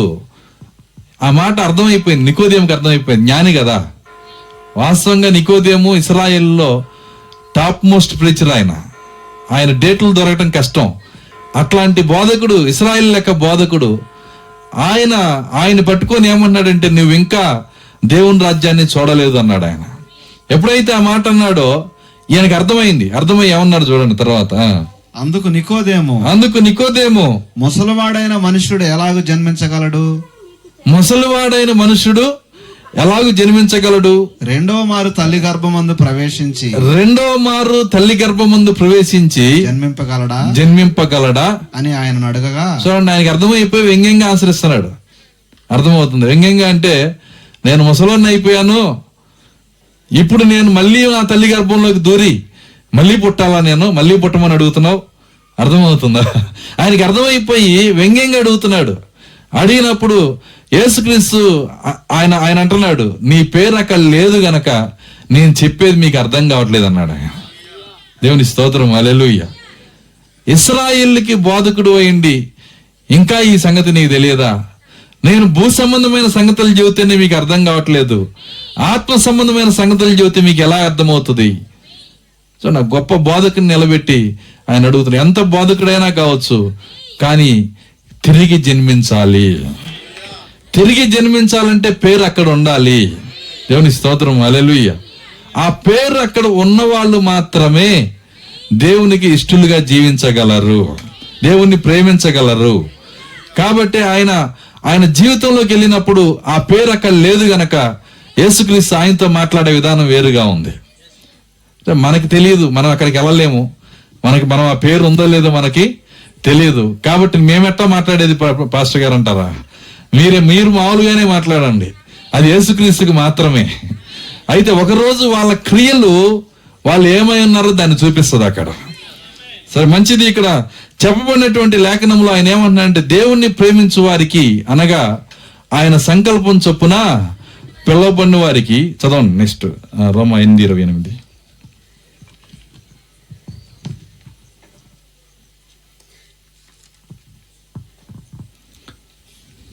దేవుణ్ణి ప్రేమించు వారికి అనగా ఆయన సంకల్పం చొప్పున పిలువబడిన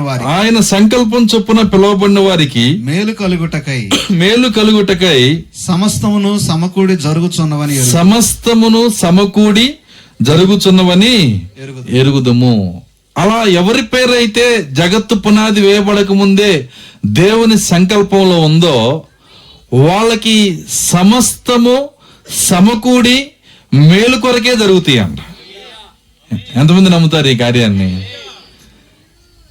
ఒక విధంగా చెప్పాలంటే ఇది ఒక తాళపు చెవి లాంటిది, ఒక సూత్రం లాంటిది. ప్రతి సమయంలో ఇది మన హృదయం పైన రాసుకోవాల్సిన వాక్యం ఇది. ఒకసారి కొన్ని ఇబ్బందులు వస్తాయి, కొన్ని కష్టాలు వస్తాయి, కొన్ని శ్రమలు వస్తాయి. ఆ సమయంలో రోమా 8:28 అని మాట్లాడుకోవాలి. ఏం చెప్తుంది రోమా 8:28 అంటే, దేవుని ప్రేమించి సేవించు వారికి సమస్తము సమకూడి మేలు కొరకే జరుగుతున్నాయి అంట. అంటే మేలు మాత్రమే మేలు జరుగుతాయా? సమస్తం అంటే అందులో ఏముంటది? కీడు కూడా ఉంటది కదా, సమస్యలు ఉంటాయి కదా, శోధనలు ఉంటాయి కదా. సమస్యలు, శోధనలు, ఇబ్బందులు అన్నీ మన మేలు కొరకే జరుగుతాయి అంట. ఎంతమంది అంగీకరిస్తారు దీన్ని? నిజంగా మీరు అంగీకరిస్తే మీ జీవితంలో దాన్ని పెట్టాలి అక్కడ. దేవుని స్తోత్రం, హల్లెలూయా. నిజం. కరోనా వచ్చింది, చెప్పండి, మేలేనది? కరోనా వస్తే మేలెట్టయిద్దండి? మరి బైబిల్లో ఏం రాయాలంటే, ఇక్కడ రోమా 8:28లో కరోనా తప్పితే అన్ని మేలుకే అని రాయాల. అటు రాయలేదు కదా. అర్థమవుతుందా? ఏ సమస్య అయినా, ఏ శోధన అయినా అన్ని ఆయన తీసుకోవాలి అక్కడ. చివరికి మరణం కూడా అది మేలైన బైబిల్ చెబుతుంది. నీవు ఆ స్థితికి ఎదిగితేనే దేవునికి ఇష్టడుగా నువ్వు జీవించగలుగుతావు. దేవుని స్తోత్రం, హల్లెలూయా. ఎందుకంటే మన దేవుడు సర్వశక్తి గల దేవుడు, మరణించిన వాళ్ళు కూడా లేపుతున్నాడు కదా. ఇంకెందుకు నువ్వు భయపడేది? మృతులను కూడా ఆయన ఏం చేస్తున్నాడు? ఆయన స్వరం పలికితే చాలు ఎవరైనా పైకి లేవాల్సిందే. అందుకే ఆయన మాట చాలా జాగ్రత్తగా మాట్లాడతాడు. లాజరు దగ్గర నిలబడ్డప్పుడు ఆయన బయటికి రా అని కేకేసి ఉంటే సమాధులని బయలుపోయాయంట. పిలిచారా అని వచ్చేవాళ్ళంట. కానీ ఆయన ఎలా పిలిచాడంటే, పర్టికులర్గా లాజరు బయటికి రా అంటున్నాడు ఆయన. ఎందుకంటే చనిపోయిన వ్యక్తులు కూడా లేపే దేవుడు, నేనే పునరుత్థానమును నేనే జీవమునని చెప్పిన దేవుడు. ఆయనే జీవము, ఆయనే పునరుత్థానము. మరి దేనికి భయపడాలి మనము? కాబట్టి వాగ్దానాన్ని నమ్ముదాము, లేఖనాన్ని నమ్ముదాము. లేఖనం ఏం చెప్తుందంటే సమస్తము మన మేలు కొరకే సమకూడి జరుగుతున్నవి. ఒకసారి దాన్ని నమ్మలేం మనం. కొన్నిసార్లు చిన్న స్టోరీ చదివాను, చిన్న కథ. అది ఏముందంటే అక్కడ ఒక రైతు ఆయన కూర్చొని ఆలోచిస్తున్నాడంటే, ఏం ఆలోచిస్తున్నాడంటే బాగా వర్షం పడుతున్నప్పుడు, వర్షం ఎట్ట పడుతుందంటే తుఫాన్ లాగా వస్తుందంట గాలి. పంట ఇటుబడి అటుబడి పైకి లెగుస్తున్నప్పుడు మనసులో ఒక ఆలోచన వచ్చిందంట, దేవుడికి వ్యవసాయం చేయటం చేత కాదనుకున్నాను. దేవుడికి వ్యవసాయం చేయటం చేత కాదు. గాలి అంత ఇవ్వాలో అంత ఇవ్వాలా? ఇంత గాలి ఇస్తే చెట్లు అటుపడిపోయి ఇటుపడిపోయి ఊగి పిచ్చి పెట్టినట్టు ఊగుతున్నాయి అవి. ఇంత గాలి అవసరమా? ఇంత వర్షం అవసరమా? మనసులో అనుకుంటున్నాడంట. అనుకుంటున్నప్పుడు దేవుడు అతని హృదయంలో ఉన్నదిని ఆయనతో అన్నాడంట, ఈ సంవత్సరం వ్యవసాయం చేయడానికి కావలసిన అధికారాలను నీకే ఇస్తున్నా అన్నాడంట. అంటే గాలి నీ చేతిలోనే ఉంటది, వింటున్నారా? వర్షం నీ చేతిలోనే ఉంటది, అంతా నీ చేతిలో. నీకు ఎంత కావాలో అంతే పెట్టుకో, నువ్వు చెప్పినట్టు ఉంటది. సరే అన్నాడు ఆయన. అని ఏం చేశాడంటే ఆయన దగ్గర ఓల్యూమ్ ఉన్నట్లుగా వర్షం పడేటప్పుడు ఇంత కాదు ఇంత పడకూడదు, తగ్గించు. అర్థమవుతుందా? గాలి స్పీడ్గా వచ్చేటప్పుడు ఇంత గాలి కాదు ఇంత తగ్గాలి, ఇంత తగ్గాల, ఇంత నిదానంగా ఇట్లా రావాలా. అర్థమవుతుందా? అంత కంట్రోల్ పెట్టుకొని అలా వ్యవసాయం చేశాడు. చేసినప్పుడు పంట పచ్చగా వచ్చింది, చక్కగా మరి కంకులేసినాయి. మనసులో అనుకుంటున్నాడు, నాకు అధికారం ఇస్తే నేను వ్యవసాయం చేయలేనా? చూడండి ఎంత బాగా వచ్చినాయి చూడండి. అయితే పంట కోసుకొని ఇంటికి వెళ్ళేటప్పుడు ఆ యొక్క కంకులు కోసి చూస్తే అన్ని తాళు కంకులేనంట. అన్ని దాన్ని ఏమంటారు, ఇక్కడ ఏమంటారు నాకు తెలియదు, తాళేనా? అన్ని తాళు కంకులేనంట. ఆశ్చర్యపోయాడు. దేవా అంటున్నాడు. దేవా అంటే అధికారాలు నీకు ఇచ్చాను నేను, అర్థమవుతుందా? ఇప్పుడు నేను ఏం తినాలి? అన్ని తాళు కంకులే. ఆయన అన్నాడు, నేను ఎందుకు అంత భయంకరమైన గాలి ఇస్తానంటే ఆ గాలికి అటు ఇటు పడ్డప్పుడు ఏరు కొద్దిగా లోపలికి వెళ్తుందంట. దేవుని స్తోత్రం, హల్లెలూయా. ఆ భయంకరమైన గాలి, ఆ భయంకరమైన వర్షానికి, ఆ శోధనకి కుర్చీలో కూర్చున్న చెట్టుకి ఏమైద్ది? అర్థమవుతుందా? ఆ వేరేమైద్దంటే మోకాళ్ళ మీదకి వెళ్ళి ఏరు లోపలికి వెళ్తుందంట. వ్యవసాయం ఎలా చేయాలి ఆయనకి తెలుసు. నేను ఎందుకు ఆ గాలి ఇస్తాను, ఎందుకు నేను ఆ వర్షం ఇస్తాను, ఇప్పుడు అర్థమైందా? అర్థమైందయ్యా, ఈ సంవత్సరం అంతా నాకు ఏమి లేదు ఇక్కడ తింటానికి అన్నా. మనిషికి అది అర్థం కాదు. దేవుడు ఏది చేసినా, భయంకరమైన శోధన ఇచ్చినా మన మేలుకే, కష్టం ఇచ్చినా మన మేలుకే, ఏది చేసినా మన మేలుకే. ఎందుకంటే లేఖన అధికారాన్ని బట్టి రాస్తుంది ఇక్కడ. వాక్యం ఏం చెప్తుంది? దేవుడు తాను ప్రేమించు వారికి అనగా ఆయన సంకల్పం చొప్పున పిలువబడిన వారికి సమస్తము మేలు కొరకే సమకూడి జరుగుతున్నవి. అంగీకరిస్తారా? ఆమె చెప్పగలరా? మీరు ఇక్కడి నుంచి మొదలుపెట్టి బైబిల్ అందరిని చూడొచ్చు, ఈ సూత్ర ప్రకారమే ఉంటది. ఉదయం 5 అయింది, అర్థం కాల, లేదులేండి ఇంకా గంటలు ముగిచ్చేస్తాను నేను. చూడండి, అక్కడ సమస్తము మేలు కొరకే జరిగించే దేవుడు. ఎక్కడైనా మీరు బైబిల్లో ఏ స్థలంలో అయినా మీరు చూడొచ్చు. చూస్తానికి ఆ సమయంలో కొద్దిగా కష్టంగా అనిపిస్తుంది, కొద్దిగా ఇబ్బందిగా అనిపిస్తుంది. కానీ అది ఇబ్బందిగా ఉన్నా, కష్టంగా ఉన్నా చివరికి అది మేలుతో ముగించబడింది. తను ఒకసారి ఇశ్రాయేల్ని మోషే నడిపిస్తున్నాడు. మనకు తెలుసు బైబిల్, అక్కడి నుంచే మన భాగం చూద్దాం. వింటున్నారా? అందరం ఒకసారి దేవుని స్తుతించుదాం. హల్లెలూయా. జాగ్రత్తగా వినాలా. ఎవరైనా నిద్రపోతే పక్కన వాళ్ళు గట్టిగా అల్లి చెప్పాలా. వాళ్ళ బాధ్యత పక్కన వాళ్ళదే. నిద్రపోయిన వాళ్ళ బాధ్యత ఎవరిదండి? పక్కన వాళ్ళు గట్టిగా అల్లి చెవులో చెప్పండి, ఇంక వాళ్ళు నిద్రపోరు. ఎందుకంటే ఈ వాతావరణం ఎట్లా ఉందండి, చాలా చల్లగా ఉంది ఇక్కడ వాతావరణం. ఏసీలో ఉన్నట్టుగా చాలా ఆహ్లాదకరంగా ఉంది. ఇచ్చిన వాతావరణాన్ని దేవుని కొరకు వాడుకుందాం. దేవుని స్తోత్రం, హల్లెలూయా. ఈ వాతావరణంలో పరిశుద్ధాత్మను అనుభవించుదాం. ఎందుకంటే మా దగ్గర ఇలా కూర్చుంటే మనము ఇక అవసరం లేకుండా చప్పట్లు కొట్టాలి. అర్థం కాల ఏందండి, దోమలు దూసిపోయాలా? నేను అనుకున్నా ఎప్పుడు పోతాయా అంటే 1000 పరిపాలనలో అని దేవుడు చెబుతున్నాడు. కానీ 1000 పరిపాలనకి వెళ్లకుండానే ఇక్కడ అంత సంతోషంగా ఉంది. దేవుని స్తోత్రం, హల్లెలూయా. మరి ఇట్లాంటి వాతావరణం దొరికినప్పుడు ఇంకెంతగా దేవుని స్తుతించాలి, మనం ఇంకెంతగా ఆనందించాలి. దీని విలువ తెలియాలంటే మా తెనాలి రండి మీరు. ఒక అరగంట కూడా కూర్చోలేము ఇట్లాంటి వాతావరణంలో. సో దేవుని మహాకృప, మంచి వాతావరణం ఇచ్చాడు ఆయన. ఆయన సన్నిధి ఇచ్చాడు మనకి, ఆయన ఆత్మని ఇచ్చాడు మనకి. దేవుని స్తోత్రం. కాబట్టి జాగ్రత్తగా వినండి. ఇక్కడి నుంచి వెళ్ళేటప్పుడు ఒక వాక్యాన్ని మోసుకెళ్ళండి. ఈ కోడికి వచ్చి మనం ఏం చేయాలంటే ఒక వాక్యాన్ని మోసుకెళ్ళాలి. ఎవరు అడిగినా దాన్నే చెప్పాలి. ఏం చెప్పాలంటే, దేవుడు తాను ప్రేమించే వారికి సమస్తము సమకూడి మేలు కొరకే చేస్తున్నాడు. దేవుని స్తోత్రం, హల్లెలూయా. సమస్తం మేలు కొరకే జరిగించే దేవుడు.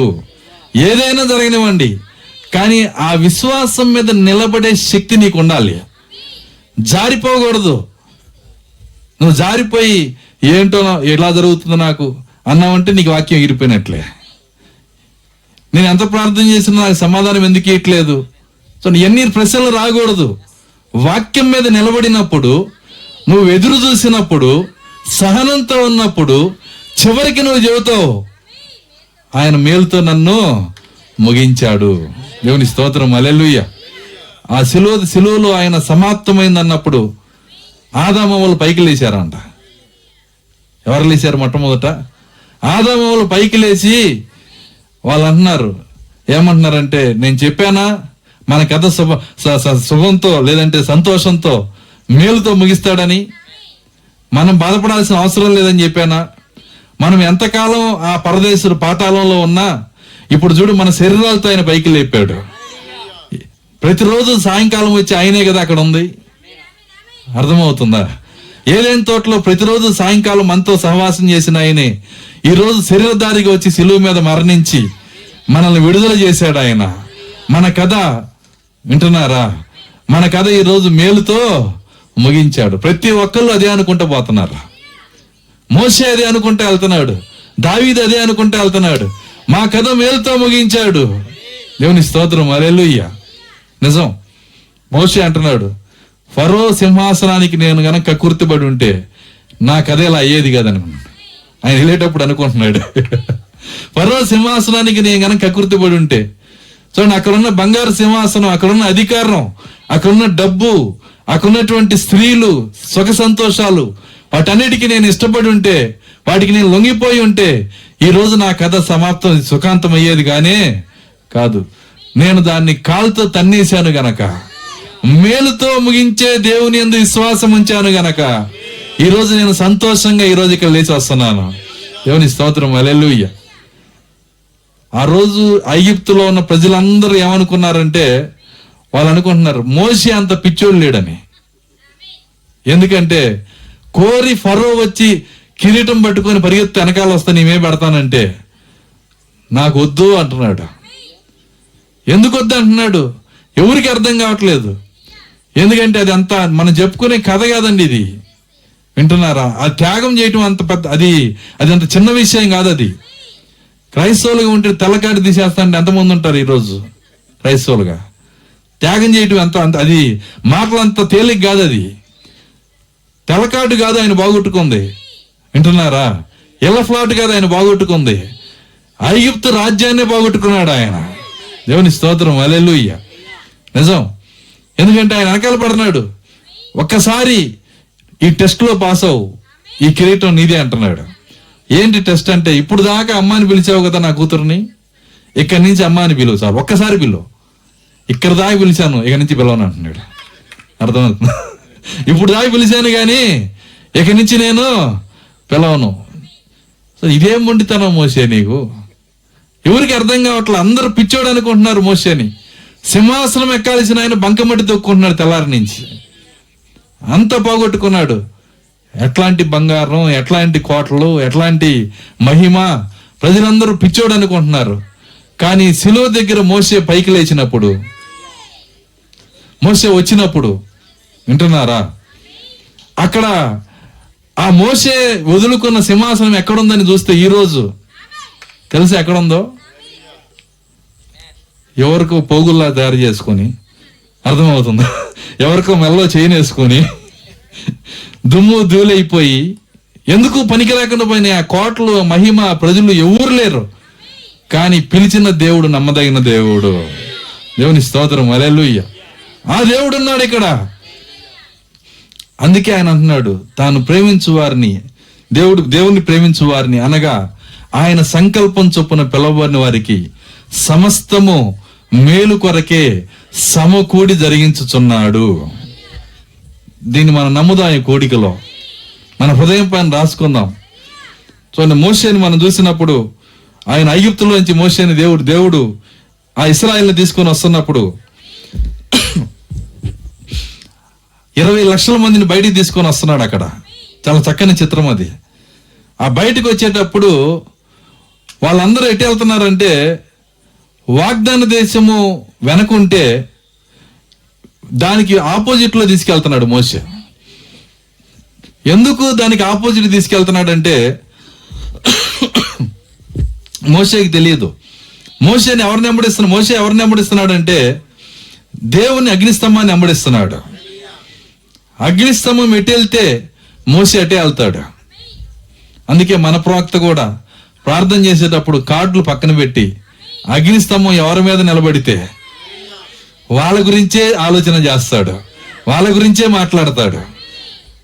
అయ్యా నీ కార్డు వరస ఏమైంది, కార్డు పక్కన పడి నేను అగ్నిస్తంభాన్ని వెంబడించాలా. దేవుని స్తోత్రం, హల్లెలూయా. చూడండి, ఇక్కడ మోషే కూడా ఏం చేస్తున్నాడంటే అగ్నిస్తంభాన్ని వెంబడిస్తూ 20 లక్షల మందిని వేరే మార్గంలో తీసుకెళ్తున్నాడు. ఈ పక్కకి వెళ్తే ఏమొస్తుంది, ఆ ఊరేంటి, ఫిరంగపురం వస్తుంది. ఇటు వెళ్తే ఇటేనా ఉంది, ఇటేనా? కానీ ఇటు వెళ్తే ఇటు పోతా నేను ఫిరంగపురం వెళ్తున్నారంటే ఎట్ట అనిపించింది మీకు? అలా పోతున్నారు ఇజ్రాయేల్, వేరే దిక్కులో పోతున్నారు. ఆ ఐగుప్తు వ్యాపారులు ఎదురు వస్తా ఒంట్ల మీద, మోషే ఎక్కడికి వెళ్తున్నారు మీరు, 20 లక్షల మందిని వదిలేశాడా ఫరో అంటే, అవును వదిలేశాడు, దండం పెట్టి వదిలేశాడు అంట. అర్థమవుతుందా? దండం పెట్టి వదిలేశాడు. మీరు ఎటు వెళ్తున్నారు? ఎటు వెళ్తాం? దేవుడు మాకు ఇచ్చిన వాగ్దాన దేశం, ఆ కానాను దేశానికి వెళ్తున్నాం. మోషే చిన్నప్పటి నుంచి నువ్వు ఫరో దగ్గర పెరిగావు, ఐగుప్తు కోటలో పెరిగావు, సకల విద్యలు నేర్చుకున్నావు, GPS నీ మైండ్లోనే ఉంది. ఏం GPS? అర్థమవుతుందా? అంటే గూగుల్ మ్యాప్ ఉంది నీ మైండ్లో. ఈ కణాన్ని ఎట్టుందో నీకు తెలియదా? నువ్వు దానికి ఆపోజిట్ లో తీసుకెళ్తున్నావు. మోషే నవ్వి, నాకు తెలుసు ఆ సంగతి, కానీ నేను నా దేవుణ్ణి అంబడిస్తూ వెళ్తున్నాను ఇటు. దేవుని స్తోత్రం, హల్లెలూయా. చాలా మంది ప్రజలకు మైండ్ పోయింది, మోషే మమ్మల్ని వ్యతిరేక దిశలో తీసుకెళ్తున్నాడా? వాళ్ళ అనుమానంతోనే వెళ్తున్నారు. అనుకున్నట్టుగానే ఆ దారి ఎక్కడికి తీసుకెళ్ళిందంటే ఒక సముద్రం ఎదురుగా తీసుకెళ్ళింది, ఎర్ర సముద్రం ఎదురుగా తీసుకెళ్ళింది. కుడివైపు కొండలు, ఎడం వైపు కొండలు, 3 దారులు మూసేసి ఉన్నాయి. మోషే వైపు చూశారు, ఏమన్నారంటే, మోషే వాళ్ళు అక్కడ వ్యాపారులు అంటానే ఉన్నారు వీడు దారి లేదని, దారి లేనే ఎందుకు తీసుకొచ్చావు, నీకు తెలుసు కదా. మోషే అంటున్నాడు, మౌనంగా ఉండండి, దేవుడే చూసుకుంటాడు. దేవుని స్తోత్రం, హల్లెలూయా. శ్రమ వచ్చినప్పుడు సనగమాకండి, ఇబ్బంది వచ్చినప్పుడు బాధపడమాకండి, కష్టం వచ్చినా శ్రమ వచ్చినా దేవుని కృతజ్ఞతాస్తుతులు చెల్లించండి. దేవుని స్తోత్రం, హల్లెలూయా. ఒక నిజ క్రైస్తవుని యొక్క స్వభావం ఏంటంటే శ్రమలోనే దేవునికి ఎక్కువ స్తుతులు చెల్లించాలంట, కష్టంలోనే దేవునికి ఎక్కువ కృతజ్ఞతాస్తుతులు చెల్లించాలి. నీకు ఏదన్నా కావాలనుకో, దేవుని దగ్గర ఏం చేయాలి? నేను ప్రశ్న వేస్తున్నా, నీకేదైనా ఒక్కటి కావాలంటే దేవుని దగ్గర ఏం చేయాలి? అడగాలి. అడగాల? అడగటం కాదు చేయాల్సింది, దేవునికి కృతజ్ఞతాస్తుతులు చెల్లించాలి. దేవుని స్తోత్రం, హల్లెలూయా. నిజమది. చూడండి, అక్కడ ఆ కొండపైన మరి యేసుక్రీస్తు 10,000 మందిని కూర్చోబెట్టి, ఆ 10,000 మందిని 50 మంది కూర్చోబెట్టి అందరికీ భోజనాలు పెట్టమన్నాడు. ఆయన పెట్టమన్నాడా? ఆ 50 మంది చొప్పున కూర్చోబెట్టి అందరికీ భోజనాలు పెట్టేటప్పుడు వాళ్ళు అడిగారు, పొయ్యి ఎక్కడ పెట్టారని. వింటున్నారా? వంట ఎక్కడ చేశారు, పొయ్యి ఎక్కడ పెట్టారు? మేము 10,000 మంది ఉన్నాం, మనిషికి 6 డజన్ చపాతీలు తింటాం, మొత్తం 60,000 రెడీ చేశారా అని అడిగారు వాళ్ళు. ఎన్ని చపాతీలు కావాలండి? 60,000. ఎవరైనా ఇంత మనందరం కూర్చొని చేసినా చేయలేము. అది అర్థమవుతుందా? అన్ని చపాతీలు చేశారా? పేతురుని అడుగుతున్నాడు, మాకు తెలియదండి, ఆయన కూర్చోబెట్టమన్నాడు, కూర్చోబెడుతున్నాం అంతే. పొయ్యేదయ్యా, పొయ్యి పెట్టలా. వంట చేశారా? చేయలా. అర్థమవుతుందా? మరి ఈ సమస్య ఎట్లా తీరేది? ఏ విధంగా? కానీ శిష్యుల యొక్క గొప్పతనం చూడండి. యేసు ఏం చెప్పాడో దాన్ని చేస్తున్నారు. అది గొప్పతనం. ప్రశ్న లేదు అక్కడ, ప్రశ్నించడం లేదు, దేవుని ప్రశ్నించడం లేదు, దేవుని సేవకుని ప్రశ్నించడం లేదు, ఇది ఎలా జరిగిద్దని లేదు. ఆయన ఏం చెప్పాడో దాన్ని చేస్తున్నారు వాళ్ళు. దేవునికి కావలసింది అట్లాంటి వాళ్ళే. ఈరోజు ప్రభువా పక్కకి వెళ్ళి కూర్చొని పొయ్యి పెట్టకుండా భోజనం కూర్చోబెట్టావు, 10,000 మందిని కూర్చోబెట్టాం, పొరపాటున చపాతీలు రాకపోతే మమ్మల్ని చపాతీలు చేస్తారు వాళ్ళు. అర్థమవుతుందా? ఈ భయం లేదు వాళ్ళకి. ఆయన చెప్పాడు, దాన్ని చేస్తున్నాం అంతే. కూర్చోబెట్టారా లేదా? కూర్చోబెట్టారు. అక్కడ ఒక్క చపాతీ కూడా లేదు. 5 రొట్లు 2 చేపలు అంతే. అది ఆ పిల్లవాని యొక్క భోజనం, చిన్న పిల్లవాడి భోజనం. సో 5 రొట్లు 2 చేపలు మాత్రమే తీసుకొని వచ్చారు. సో నా 5 రొట్లు 2 చేపలు మీరు కనుక వరుసగా పెడితే, ముందు ఒక చేప పెట్టండి, దాని తర్వాత 5 రొట్లు పెట్టండి, ఆ చివరి ఇంకో చేప పెట్టండి. ముందుది ఎఫ్ఎస్సి సంఘకాలం, చివరిది మన సంఘకాలం. బలమైన ఆహారం, మధ్యలో రొట్లు ఇచ్చాడు ఆయన. దేవుని స్తోత్రం, హల్లెలూయా. వాటిని ఆయన దీవించినప్పుడు అవి ఏమైనాయి అంటే, ఆయన ఏం చేశారంటే ఆ సమస్యలో ఆ రొట్టెని ఒకటి తీసుకొని, ప్రభువా ఎట్లయినా ఈ 10,000 మంది ఆకలి తీర్చండి తీర్చండి తీర్చండి అని ప్రార్థన చేయాల. మీరు బైబిల్ చదివితే కృతజ్ఞతాస్తుతులు చెల్లించాడంట. ఒక్క రొట్టె కూడా రాకముందే ఏం చేశాడు ఆయన? కృతజ్ఞతాస్తుతులు చెల్లించాడు. ఈరోజు యేసు యొక్క అడుగుజాల్లో మనం నడిస్తే, నీ శ్రమలో, నీ అవసరతలో కూడా ఇవ్వండి ఇవ్వండి ఇవ్వండి అని జలక తమ్ముళ్ళలాగా అడగకూడదు దేవుణ్ణి. అర్థమవుతుందా? నువ్వు నిజంగా దేవుని వద్ద నుంచి సంపాదించాలంటే కృతజ్ఞత కలిగిన హృదయం కలిగి ఉండాలి. ఇక్కడ ఆ కృతజ్ఞత కలిగిన హృదయంతో నువ్వు గనక దేవుని అడిగితే, యేసు దాన్ని చేసి చూపిస్తున్నాడు. ఇక్కడ ఆయన ఏమన్నాడంటే, చేతిలోకి రొట్టె తీసుకొని కన్నులు పైకెత్తి కృతజ్ఞతాస్తుతులు చెల్లించి అని రాస్తుంది. ఎందుకు కృతజ్ఞత? ఇంకా జరగలేదుగా, ఇంకా నీ అప్పు తీరలేదుగా, అప్పుడే ఎందుకు కృతజ్ఞత? నువ్వు అడిగావు నీ అప్పులు తీర్చమని, ఇంకా నీ అప్పు తీరలా, ఇంకా నీ రోగం తగ్గల, అప్పుడే ఎందుకు కృతజ్ఞత? కానీ దేవుడు నిన్ను ఎన్నుకున్నట్లయితే, నీ రోగం తగ్గక ముందే, నీ అప్పులు తీరక ముందే, నీ శోధనల నుంచి బయటికి రాకముందే దేవునికి నువ్వు కృతజ్ఞతలు చెల్లించగలిగితే, దేవుడు గొప్ప కార్యాలు చేసే దేవుడు ఆయన. దేవుని స్తోత్రం, హల్లెలూయా. అదే యేసు మనకు చూపిస్తుంది. సో ఆయన అక్కడ కృతజ్ఞతాస్తుతులు చెల్లిస్తున్నాడు. ఆ రొట్టెని విరుస్తున్నాడు. ఆ రొట్టెని విరిచి దేవునికి స్తుతులు చెల్లిస్తున్నాడు. చూడండి, అక్కడ ఆయన మారని దేవుడు. ఎందుకంటే ఒకప్పుడు 40 సంవత్సరాలు నేను వీళ్ళని పొయ్యి పెట్టకుండా నడిపించాను. ఆయన హృదయంలో ఉన్న కార్యం. 40 ఏళ్ళు పొయ్యి పెట్టకుండా వీళ్ళని నడిపించాను. ఒక్క పూట 10,000 మందికి పెట్టలేడు ఆయన. యేసుక్రీస్తు నిన్న నేడు నిరంతరము ఏకరీతిగా ఉన్న దేవుడు ఆయన. దేవుని స్తోత్రం, హల్లెలూయా. కాబట్టే ఆ కృతజ్ఞత కలిగిన హృదయంతో మరి యేసుక్రీస్తు ఆ యొక్క ఎలా జీవించాలో మనకి ఆయన నేర్పిస్తున్నాడు. ఈరోజు మన జీవితంలో కూడా అవి తాళపు చెవులు. ఇవన్నీ కూడా విశ్వాస తాళపు చెవులు. ప్రార్థన చేసేటప్పుడు ఇవ్వు ఇవ్వు ఇవ్వు అని ఓరకు అడగటం కాదు. ఒక ఆయన ప్రార్థన చేస్తాడు, ఏంటంటే ఇసుక కావాలండి, కాబట్టి ఏమడుగుతున్నావు? ఇసుక ఇసుక ఇసుక ఇసుక అని ఇసుకెత్తున్నాడు ఆయన్ని. అర్థమవుతుంది? ఏం కావాలి? ఇసుక ఇసుక ఇసుక ఇసుక అంటే ఆయన ఇసుక వచ్చి ఆయన లేచి వెళ్ళిపోతాడు దేవుడు అక్కడ. అది కాదు చేయాల్సింది. నువ్వు దేవునికి ఇవ్వకుండానే దేవుని కృతజ్ఞతాస్తుతులు చెల్లించు. ఇంకా ఇవ్వలేదు ఆయన, కానీ దేవునికి కృతజ్ఞతాస్తుతులు చెల్లించు. మీరు అడుగునది దొరికి ఉన్నదని నమ్ముడి అంటున్నాడు ఆయన. ఎప్పుడన్నా ఇలాంటి ప్రార్థన చేసాము మనం? సో ఇక్కడ మనం నేర్చుకోవాలి ఈ కార్యాలని. బైబిల్లో లేఖనానుసారమైన భక్తిని మనం నేర్చుకోవాలా, వాక్యానుసారమైన భక్తిని మనం నేర్చుకోవాలి. కాబట్టి ఈ కృతజ్ఞత కూడికలో మనం ఈ కృతజ్ఞత ప్రార్థన మనం నేర్చుకోవాలా. మన యొక్క సమస్యల్లో, మన ఇబ్బందుల్లో ముందుగా ప్రభువా నువ్వు చెప్పాలి. ఎప్పుడెప్పుడు దేవుడు నీకు ఏవే కార్యాలు చేశాడో ఆ కృతజ్ఞత కలిగిన కార్యాలన్నీ మరలా నువ్వు జ్ఞాపకం చేసుకున్నప్పుడు ఇప్పుడు నువ్వు పోరాటానికి కావాల్సిన శక్తిని ఇప్పుడు ఇస్తాడు ఆయన. దేవుని స్తోత్రం, హల్లెలూయా. నిజమది. దావీదు దగ్గర అదే జరిగింది. దావీదు యొక్క లైఫ్ లో దేవుడు దాన్నే చేశాడు. ఆ చిన్న పిల్లవాడిగా ఉన్నప్పుడు ఆ ఎలుగుబంటితో పోరాడి ఆ గొర్రె పిల్లని విడుదల చేశాడు. దాని తర్వాత మరి అదే విధంగా సింహం నోట్లో నుంచి గొర్రె పిల్లని బయటికి తీశాడు. సింహం నోట్లో నుంచి, వింటున్నారా? కుక్క నోట్లో నుంచి మొక్క బయట తీయలేం మనం, అర్థమవుతుందా? అట్లాంటిది సింహం నోట్లో నుంచి గొర్రె పిల్లను సురక్షితంగా బయట తీశాడంట. ఇది ఎలా సాధ్యం? ఇది యెహోవా ఆత్మ వల్లనే. దేవుని స్తోత్రం, హల్లెలూయా. గడ్డం పట్టుకొని కొట్టాడని రాస్తుంది. దాన్ని ఎలా చంపాడంట? దాన్ని గడ్డం పట్టుకొని కొట్టి చంపేశాడంట.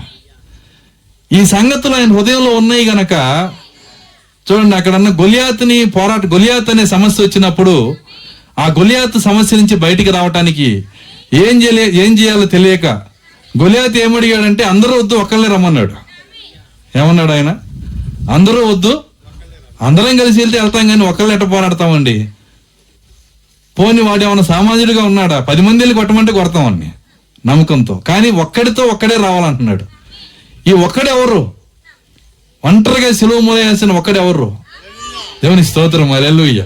ఆ ఒక్కడిగా ఎవరు పోరాడతారు? చూడండి, ఆ సమయంలో దావీదు అన్నలు కూడా ముసుగు కప్పుకొని పనుకున్నారంట. తండ్రి వచ్చి యెషయా వచ్చి లేపుతున్నారు. ఏందిరా పనుకున్నారంటే లెగిస్తే తీసుకెళ్తారు. అర్థమవుతుంది. వీళ్ళంతా ఏం చేశారంటే ముసుగుతోని పనుకున్నారు. అందరు చూపు సౌలు మీద పడిద్దని నేనే ఎత్తుకున్నాను కదా అని చెప్పి వాడు కూడా వెళ్ళి దక్కున్నాడంట. ఆయన ఈ కష్టం నుంచి గట్టెక్కిచ్చేది ఎవరో కూర్చొని బాధపడుతున్న టైంలో ఎవరో వచ్చి చెప్పారు, అయ్యా ఎవడో పిల్లోడు కేకలేస్తున్నాడు అక్కడ, ఆ సున్నతి లేని ఫిలిస్తీయుడు అంటున్నాడు, దూకుతానంటున్నాడు, నరుగుతానంటున్నాడు. ఎవరయ్యా అయినా? చాలు, ఈ శబ్దం చాలు నాకు. వెంటనే ఎవరో తీసుకురండి ఆయన్ని. చిన్నోడు వచ్చాడు. ఎట్లా అంటే కండలు వస్తాయి కదా పెద్దోళ్ళకి, ఆడపిల్లని చేయలాగా ఉందంట. సిలివ్ లాగా ఉన్నాడు చేతులు, ఆ దావీదు చేతులు. పిల్లోడు లాగున్నాడు. అన్నాడు, ఏమంటున్నాడంటే, అయ్యా నన్ను పంపించను, నేను వెళ్ళి యుద్ధం చేస్తాను, నేను ఒక్కనే చాలు. అసలు నీ ధైర్యం ఏందిరా, ఇట్రా పక్కరా నీ పిలిచికెళ్ళి అడిగాడు. అడిగినప్పుడు ఆయన అన్నాడు, నీకు తెలుసా ఒక సమస్య? ఆ గొలియాతు ఏమన్నాడంటే ఒక షరతు పెట్టాడు, మీరు ఒకరిని పంపించండి, మా తరపున మేము వస్తాము. మేము వచ్చినప్పుడు మరి మీరు యుద్ధంలో ఎవరు ఓడిపోతారో వాళ్ళ రాజ్యం ఇచ్చేయాల. ఒకవేళ దావీదు ఓడిపోయాడు అనుకో, ఇశ్రాయేల్ రాజ్యం మొత్తం ఆయన పాదాల దగ్గర పెట్టాల. అంటే ఎంత కోల్పోవాలి యుద్ధంలో ఓడిపోతే? అంత సమస్య అక్కడ ఉంది. ఒకవేళ గొలియాతు ఓడిపోతే ఫిలిస్తీన్ల రాజ్యం అంతా తీసుకొచ్చి ఇక్కడ ఇచ్చేయాల. అదేదో పోరాడి ఓడిపోయాలి అనుకుని వెళ్ళేది కాదు, రాజ్యం పోయిద్ది. మరి ఏదో ఆషామాషిగా పోటీకి నిలబెట్టేది కాదు.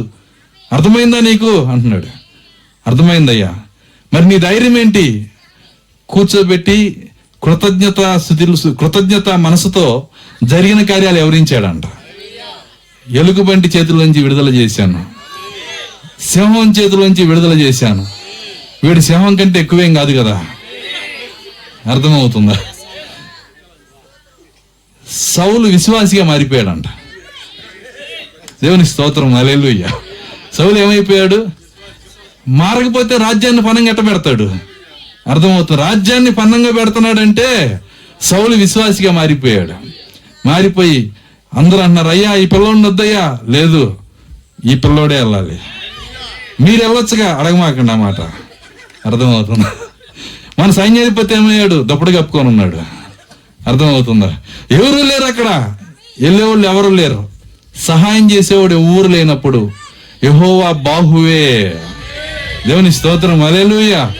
దేవుని చెయ్యి దావీదై ఉన్నాడు అక్కడ. కాబట్టి ఆయన బయలుదేరిపోయి మరి చిన్నగా మరి దావీదుని పంపించినప్పుడు ఇజ్రాయేల్ అందరూ అనుకుంటున్నారు ఎంత నమ్మకం ఉంటే ఆయన్ని పంపిస్తున్నాడు. అక్కడ విశ్వాసిగా మారిపోయాడు. కృతజ్ఞత తెలియజేసినప్పుడు దావీదు కూడా తన జీవితంలో జరిగిన కార్యాలు మరలా మనసులోకి తెచ్చుకున్నప్పుడు, కృతజ్ఞతలు దేవునికి చెల్లించినప్పుడు, ఎలుగుబంటి నుంచి విడుదల చేసిన దేవుడా, ఈ రోజు నువ్వు మారని దేవుడు అయి ఉన్నావు. సింహం నుంచి విడుదల చేసిన దేవుడా, ఈ రోజు నువ్వు మారని దేవుడు అయి ఉన్నావు. ఈ రోజు ఈ గొలియాతు నుంచి కూడా విడుదల చేసే దేవుడు నీవు. హల్లెలూయా. నీ జీవితం కూడా అంతే. తలనొప్పి నుంచి విడుదల చేసిన దేవుడా, నీకే స్తోత్రాలు చెల్లిస్తున్నాం. కడుపు నొప్పి నుంచి విడుదల చేసిన దేవుడా, నీకే స్తుతులు చెల్లిస్తున్నాం. ఈరోజు షుగర్ నుంచి కూడా విడుదల చేయగలిగిన దేవుడు నీవు. చెప్పకూడదా? చేయగలడు ఆయన. ఆ రెండుకి కృతజ్ఞతలుంటే ఇక్కడ ఇది జరిగిద్ది. నువ్వు అది మర్చిపోయి దేవుని దగ్గర షుగర్ తగ్గిద్ది ఎక్కడ తగ్గిద్ది? నీకు మొట్టమొదటి నువ్వు చేయాల్సింది ఏంటి? కృతజ్ఞత. దేవుడు ఇంతకు ముందు చేసిన కార్యాలను బట్టి కృతజ్ఞత స్తుతులు చెల్లించే మనసు నీకుంటే దేవుడు ఆ కార్యాన్ని చేయగలడు. కాబట్టి చేసిన మేలు ఎప్పుడు మర్చిపోవద్దు. బైబిల్ ఏం చెప్తుందంటే, బైబిల్లో కార్యం రాస్తుంది. పాపం చాలా మంది వెనకాల నుంచున్నారు, ముగిస్తున్నాను నేను. జాగ్రత్తగా గమనించండి. బైబిల్లో కార్యం రాస్తుంది. ఏమనుందంటే, నా ప్రాణమా యెహోవా చేసిన మేలుల్లో దేనిని మరవకము. నువ్వు కానీ ఎందుకు దాన్ని రాశాడంటే అదే, నువ్వు గుర్తు చేసుకుంటే గొలియాతును కొట్టే విశ్వాసం ఇప్పుడు ఇస్తాడు దేవుడు నీకు. నీ కృతజ్ఞత కలిగిన మనసు ఉంటే ఇప్పుడు ఆ శక్తిని దేవుడు నీకు ఇస్తాడు ఆయన. దేవుని స్తోత్రం, హల్లెలూయా. కాబట్టి ఆ గొలియాతు ముందుకు వెళ్ళినప్పుడు గొలియాతు అనుకుంటున్నాడు ఇజ్రాయిల్ మొత్తంలో దొరకని గొప్ప వీరుని తీసుకొస్తాడని. తీరా చూస్తే చిన్న పిల్లోని తీసుకొచ్చారు అన్న.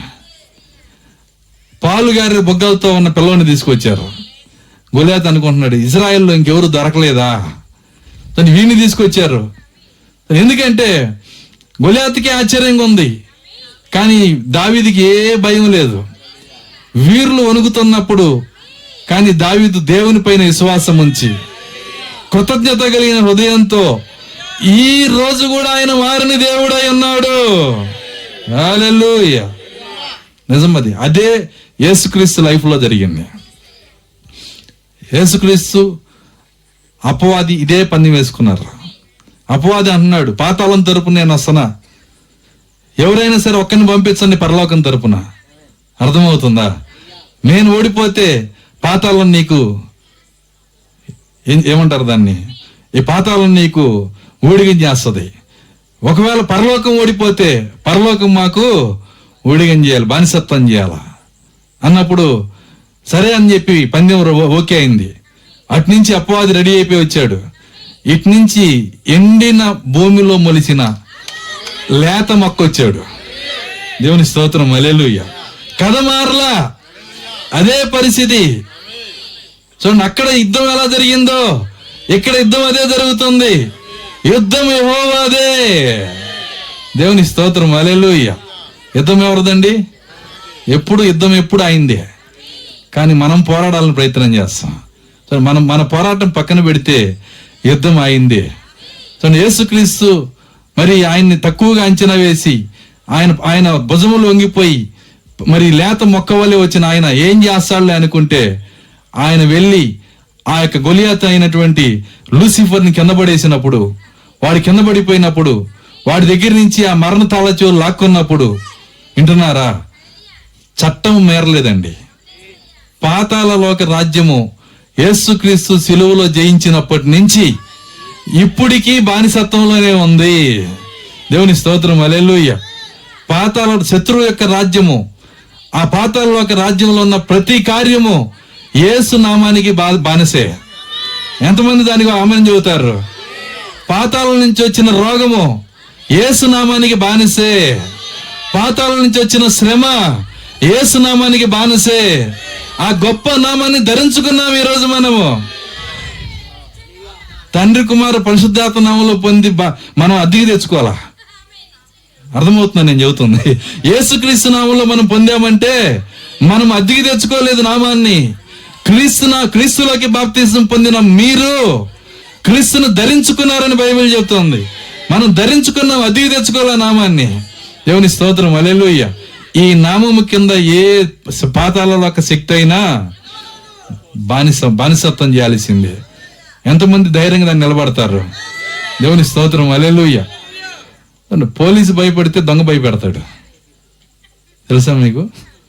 పోలీసు వణుకుతున్నాడు అనుకో, దొంగ ఏం చేస్తాడు? ఇక్కడ పోలీసులుగా దేవుడు మనల్ని పెడితే అర్థమవుతుందా?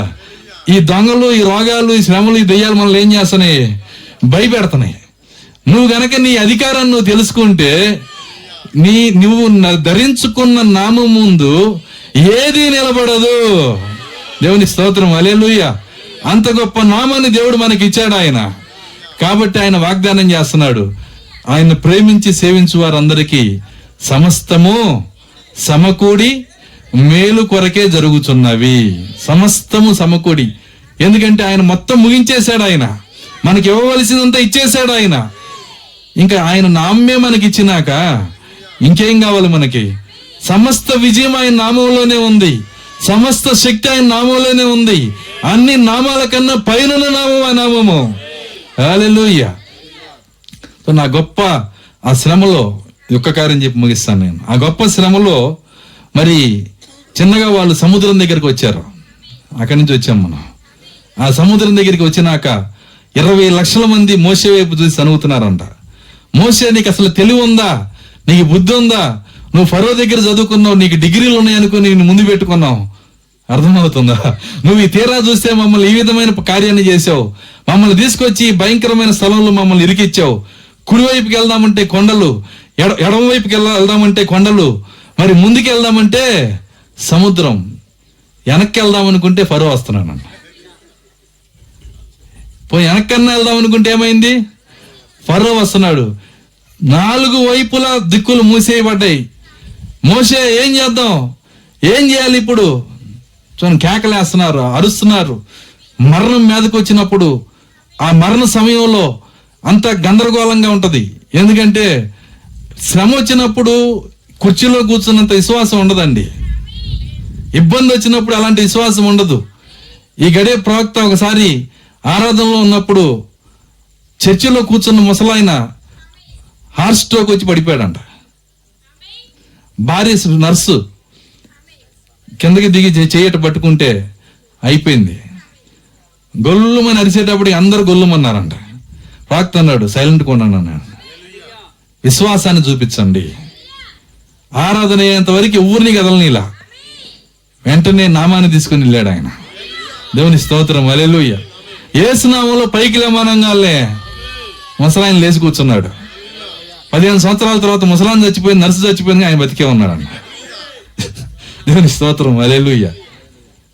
కుర్చీలో కూర్చున్నంత విశ్వాసం బయటికి వెళ్ళినప్పుడు కూడా నువ్వు చూపించాలా. అక్కడ అంతా గందరగోళంలో ఉన్నారు, ఇబ్బందిలో ఉన్నారు. మోషే, ఇటెందుకు తీసుకొచ్చావు? నేను తీసుకురాలి, అగ్నిస్తంభం తీసుకొచ్చాను. ఈ మార్గాన్ని చూపించింది ఎవరంటే దేవుడే తీసుకొని వచ్చాడు. ఇదేంది మార్గం ఎట్టుంది? ఎటు చూసినా ఆటంకమే. ఎదురు సముద్రం, పక్కల కొండలు, వెనక మరణం. ఏం చేయాలి? అన్ని దిక్కులు మూసేయబడ్డాయి. మోషే అంటున్నాడు, అన్ని దిక్కులు మూసిన ఒక దిక్కు తెరిచి ఉందిగా అన్నాడు. ఏం దిక్కు అది? ఆ దిక్కు మూసేవాళ్ళు ఎవరైనా ఉన్నారా? నీ చుట్టూ శత్రువు చుట్టుకట్టచ్చు, కానీ దేవుడుండే దిక్కుని ఎవ్వడు మోయలేడు. దేవుని స్తోత్రం, హల్లెలూయా. వెంటనే మోషే మోకాల మీదకి మొరపెడుతున్నాడు అంట. ప్రభువా, నీవే దిక్కు, తెరవబడిన దిక్కు ఒకటే. దేవుని స్తోత్రం, హల్లెలూయా. దేవుడు అంటున్నాడు, నీకు అధికారం ఇచ్చి నాకు ఎందుకు మొరపెడుతున్నావు? మొరపెట్టనేలా పలుకుము. పక్కన యెహోషువ రాసుకుంటున్నాడు, మొరపెట్టకూడదు, పలకాల. ఆయన నాయకుడు అయినాక అర్థమవుతుందా? ఆయనకి అవసరమైనప్పుడు ఆయన మొరపెట్టొద్దన్నాడుగా, పలకమన్నాడుగా. సూర్యుడాను అక్కడ ఆగిపో, చంద్రుడాను ఇక్కడ ఆగిపో అంటున్నాడు ఆయన. ఎందుకన్నాడు? నోట్స్ రాసుకున్నాడు ఆయన. మనకి రాసి అలవాటు లేదు, హృదయం మీద రాసి అలవాటు అసలు లేదు. నువ్వు రాసుకుంటే హృదయంలో ఉంటాయి. దేవుని స్తోత్రం, హల్లెలూయా. చూడండి, అక్కడ మోషే మొరపెడుతున్నప్పుడు దేవుడు అంటున్నాడు, లేచి ఆ కర్రతో నువ్వు దాన్ని ఆ సముద్రం వైపు చూపించు. నీకు కర్ర ఇచ్చాను కదా, ఆ కర్ర దండాన్ని దాని వైపు చూపించు. దేవుని స్తోత్రం, హల్లెలూయా. ఆ సిలువను చాపు, నీకు ఇచ్చిన సిలువను చాపు, ఎర్ర సముద్రం తప్పుకుంటది. సో ఎప్పుడైతే ఆ రాత్రి మరి ఆ ఎర్ర సముద్రం తెరవబడిందో, ఆ తెరవబడినటువంటి సముద్రంలో ఒక ఇంజనీర్ లెక్కలు కట్టాడు అంటారు. ఒక 5 నిమిషాలు ముగిస్తాను నేను, జాగ్రత్తగా గమనించండి.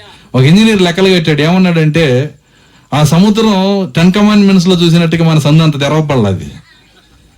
20 లక్షల మంది దాటాలంటే 5 కిలోమీటర్లు చేలాలంటది. ఒక రాత్రిలో 5 కిలోమీటర్లు ఒక రోడ్డు లాగా చీలిందంట. తడి కూడా లేదు. అది చీలినాక మోసే అంటున్నాడు, సైగ చేశాడు, దిగండి అని అంటున్నారు వాళ్ళు. ఎందుకంటే దిగినాక సముద్రం లోపలికి వస్తే, మా మీదకి వస్తే మా పరిస్థితి ఏంది? ఇంతవరకు ఎప్పుడు సముద్రంలో ఇట్లా నడవాలా మేము? నా మీద విశ్వాసం ఉన్న వాళ్ళు నడవండి అన్నాడు ఆయన. వాళ్ళు ఒకటే చెప్పారు, మోసే మా తెలివిని బట్టి మేము దిగట్లా, నీ నామాన్ని బట్టి, మోసేను బట్టి. బైబిల్లో రాస్తుంది, 1 కొరింథీ 10వ అధ్యాయం చదువుకోండి. దేని బట్టి నడిచారంట వాళ్ళు? మోసేని బట్టి వాళ్ళు సముద్రంలో దిగారంట. మోసే రక్షకుడి నామం ఇది కాబట్టి నామాన్ని బట్టి దిగుతున్నావు, ఏదన్నా అయితే నీదే బాధ్యత. అర్థమవుతుందా? మోసే అన్నాడు, నా మీద విశ్వాసం ఉంచి దిగండి, నా నామాన్ని బట్టి దిగండి. 20 లక్షల మంది దిగారు. ఆ గోడ చూడు ఒకసారి తడవుతుందేమో అన్నాడు. చూసి తడవట్లేదయ్యా. చేపలు అక్వేరియం లాగా ఉందంట అక్కడ. అక్వేరియం అంటే చేపలు తొట్టి ఉంటాయి కదా, ప్రపంచంలో పెద్ద చేపల తొట్టి దేవుడు చూపించాడు అక్కడ. దేవుని స్తోత్రం, హల్లెలూయా. ఆ రోడ్లో పోతా పోతా వాళ్ళు మోసేని బట్టే దిగాం మనం. మోసేని బట్టే రక్షకుని నామంలో, మన రక్షకుని నామంలో ఆ 20 లక్షల మంది దిగి సేఫ్ గా ఒడ్డుకెక్కేశారంట. ఆ దరికి వెళ్ళిపోయారు. వెనకాల వీళ్ళు రెడీగా ఉన్నారు. ఎవరు? ఫరో సైన్యం. ఫరో సైన్యం అంటున్నారు, మీరు దిగండి, మేము దిగమంటున్నారు వాళ్ళు. మీరు ఎట్లా దిగుతున్నారు? మీరు దిగాల్సిందే. మేము దిగితే నీ నామాన్ని బట్టే, నాది పేరు కాదుగా బిరుదు అన్నాడు. ఏమన్నాడు ఆయన? నాది పేరు కాదు బిరుదు అన్నాడు. బిరుదైనా సరే, తండ్రి కుమార పరిశుద్ధాత్మ నామం అయినా సరే, అదే బిరుదు ప్రకారం మేము దిగుతాం. దిగారు. అది బాప్తిస్మం అని బైబిల్ చెబుతుంది. నామంలో దిగిన వాళ్ళు సేఫ్గా ఎక్కేశారు. కానీ బిరుదుల్లో దిగిన వాళ్ళు ఒక్కడెక్కలా పైకి. దేవుని స్తోత్రం, హల్లెలూయా. కాబట్టి కృపగలిగిన దేవుడు మనకి మోషే లాంటి ప్రవక్తను పంపించి ఆయన నామాన్ని బయలుపరిచాడు దేవుడు మనకి. దేవుని స్తోత్రం, హల్లెలూయా. నా ఒడ్డుకి ఎక్కినాక 20 లక్షలను కూర్చోబెట్టి మళ్ళీ మీటింగ్ పెట్టాడు మోషే. ఏమన్నాడంటే, మనము ఐగుప్తు నుంచి ఏ రోడ్లో నుంచి వెళ్ళినా, ఏ దేశంలో దక్కున్నా, అమెరికా లాంటి ఈ ఐగుప్తు మనల్ని వెంటాడి చంపేది. కానీ మనం వచ్చిన ఈ బుద్ధిహీన మార్గంలో, దేవుడు ఏర్పాటు చేసిన మార్గంలో మనం రావటాన్ని బట్టి ఇక ఎన్నడూ శత్రువు మీ దగ్గరికి రాడు. దేవుని స్తోత్రం, హల్లెలూయా. మీరు ఏడ్చుకుంటా, మొరుక్కుంటా, బాధపడతా వచ్చారు, మేలుతో ముగించాడా అని అడుగుతున్నాను. దేవుని స్తోత్రం, హల్లెలూయా. ఆయన నమ్మదగిన దేవుడు. ఆయన దేవుని ప్రేమించు వారికి, అనగా ఆయన సంకల్పం చొప్పున పిలువబడిన వారికి సమస్తము మేలు కలుగుటకే సమకూడి జరుగుచున్నవి. దేవుని స్తోత్రం, హల్లెలూయా. ప్రార్థించుకుందాం, చాలా సమయమైంది, కళ్ళు మూసుకున్నాం. స్తోత్రములు ప్రభువా, కృపగలన తండ్రి, మీ స్తోత్రాలు చెల్లిస్తున్నాం. ఈ రాత్రి నీ వాక్యాన్ని తెరిచి మాతో మాట్లాడినందుకు వందనాలు. ఈ స్థలంకి వచ్చి మేము ఒట్టిగా బయటకు ఇంటికి వెళ్లకుండా తండ్రి, నీ లేఖనాన్ని మా హృదయం పైన రాసుకునే శక్తి దయచేయండి. యెహోషువ వలె నేర్చుకునే శక్తి మాకు దయచేయండి ప్రభువా. సమస్తము మేలు కొరకే సమకూడి జరిగించు దేవుడు అని తండ్రి, విశ్వాసంతో సహనముతో నిన్ను అమ్మడించే శక్తి మాకు దయచేయండి. ప్రతి సమయంలో కృతజ్ఞతా స్తుతులు చెల్లించే శక్తిని మాకు అనుగ్రహించండి ప్రభువా. తండ్రి, ఈ కూడికిని ఏర్పాటు చేసిన కుటుంబాన్ని దీవించండి. సాగర్ను, ప్రవళికను, తన యొక్క కుమార్తెనైన జోహన్నాను ప్రభువా, వారి కుటుంబాన్ని కూడా మీరు జ్ఞాపం చేసుకోమని ప్రార్థిస్తున్నా. కూడికి వచ్చిన ప్రతి బిడ్డను మీరు దీవించండి నాయన. ఈ స్థలం నుంచి వెలుచున్నప్పుడు నాయన మరలా నీ నామాన్ని మోసుకెళ్లే కృపదాయి చేయండి. నీ నామం ఎంత శక్తివంతమైందో ఎర్రగలిగిన కృపదాయి చేయండి. ఈరోజు నాయన తండ్రి శత్రువు యొక్క గవిని యేసుక్రీస్తు నామానికి బానిసత్వం చేస్తుందని ప్రభువా ఎర్రగలిగిన శక్తి మాకు దయచేయండి దేవా. కనికరించండి నాయన. విన్న ప్రతి మాట మా వినికిడిలో దీవించండి. అది నూరంతలు ఫలించడం సహాయము దయచేయండి. ఇప్పుడు వచ్చిన ప్రతి బిడ్డను మీరు దీవించమని యేసుక్రీస్తు నామములో ప్రార్థించి వేడుకొంచున్నాము.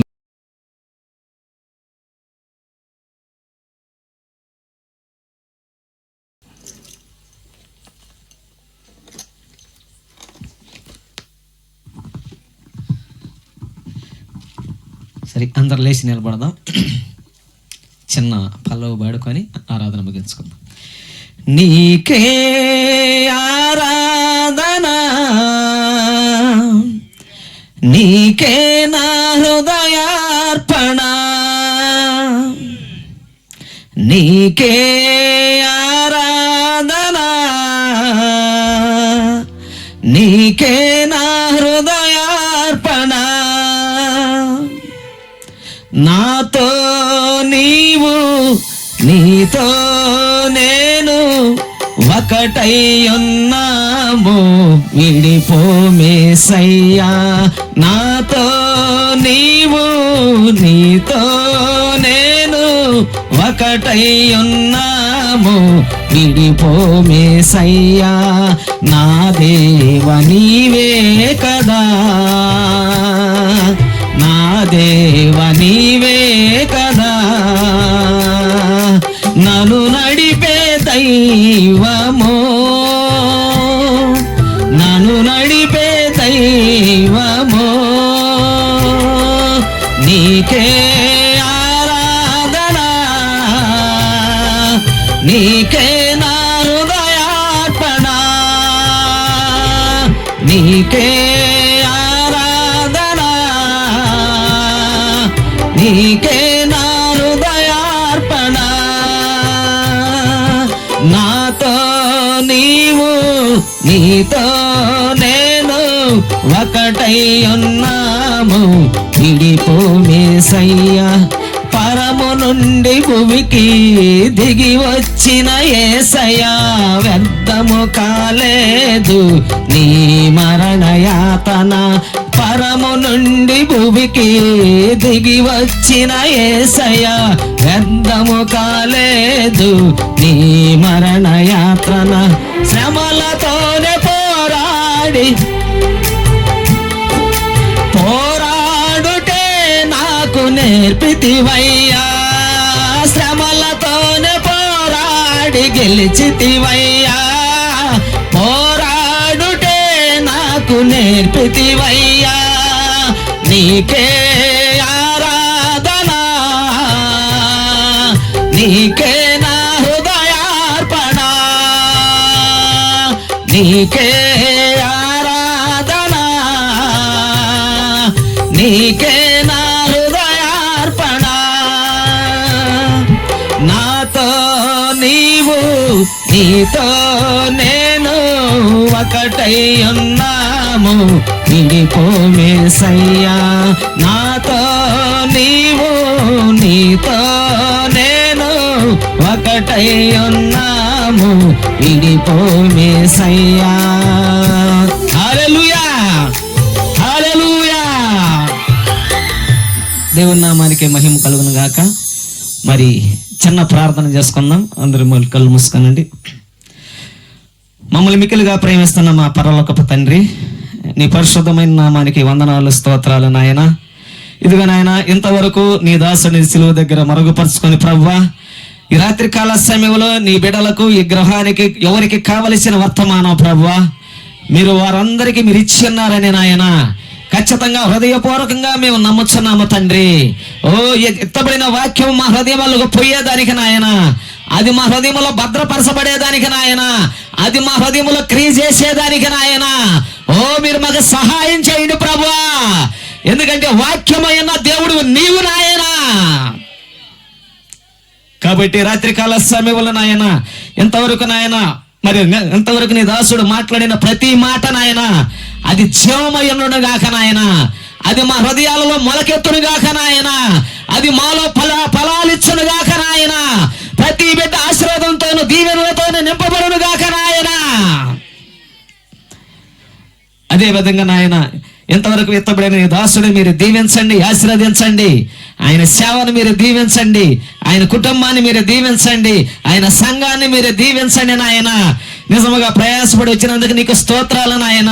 తిరిగి మన ఆరాధన ముగించుకొని ప్రభువా తిరిగి నీ దాసుడు క్షేమంగా తెనాలికి పోయేదానికి నాయన ఆయన యొక్క మార్గాల్లో మీరు తోడుగా ఉన్నాడు నాయన. ఓ పగల మేఘస్తంభంగా ఉన్న దేవుడు నాయన, రాత్రి అగ్ని స్తంభంగా మీరు తోడుగా ఉన్నాడు నాయన. బలమైన హస్తముతో నీ దాసుని మీరు నడిపించండి నాయన. ఆయనతో వచ్చిన ప్రతి బిడ్డను కూడా మీరు క్షేమంగా నడిపించండి నాయన. సురక్షితమైన ప్రయాణాన్ని వాళ్ళకి ఇవ్వండి ప్రభువా. అదే విధంగా నాయన ఈ ఆరాధనలో కలుసుకున్న నాయన మరి తాళ్ళూరు నుంచి, కొమ్మరిపూడి నుంచి ప్రభువా, పాలడుగు నుంచి, దోగిపర్తి నుంచి నాయన, నాదేళ్ల నుంచి నాయన ఎంతో మందిని బిడలు ఇక్కడికి వచ్చాడుగా నాయన. ఓ ఎంతవరకు నీ బిడలపై నీ కృపలు చూపించినందుకు నాయన, వాక్యమైన మన్నాని బిడ్డలకి ఇచ్చి నాయన, బలహీనులని బిడ్డలు బలపరిచినందుకు నాయన నీకు వేలాదిగా స్తోత్రాలు ప్రభువా. తిరిగి నాయన నీ బిడ్డలు పోతున్నప్పుడు నాయన నిజంగా నా యేసు ప్రభుని నేను తీసుకొని పోతున్నాను. ఇక నాకు భయము లేదుగా, నాకు దిగులు లేదుగా, నాకు యేసులో నేను ఉన్నానని నాయన ఆ వాగ్దాన వాక్యంతో నీ బిడ్డలు పోయేదానికి ప్రభువా వాళ్ళ రాకపోకలో మీరు తోడుగా ఉండండి నాయన. నీ బిడ్డలందరినీ యేసు నామములో మేము ప్రతిష్ఠిస్తున్నాము నాయన. నీ బిడ్డలు మీరు దీవించండి, ఆశీర్వదించండి నాయన. నిజంగా నీకు కృతజ్ఞత కలిగి మేము జీవించేదానికి నాయన. దుఃఖం వచ్చినా అంతా మా మంచికే నాయన, మేలు జరిగినా మాకు మేలుకే నాయన. కాబట్టి నాయన ఈ రాత్రి కాల సమయంలో ప్రభువా నిజంగా మేమందరం నిన్ను ప్రేమించేదానికి నాయన, ఓ నీ వాక్యాన్ని మేము ధ్యానించేదానికి నాయన.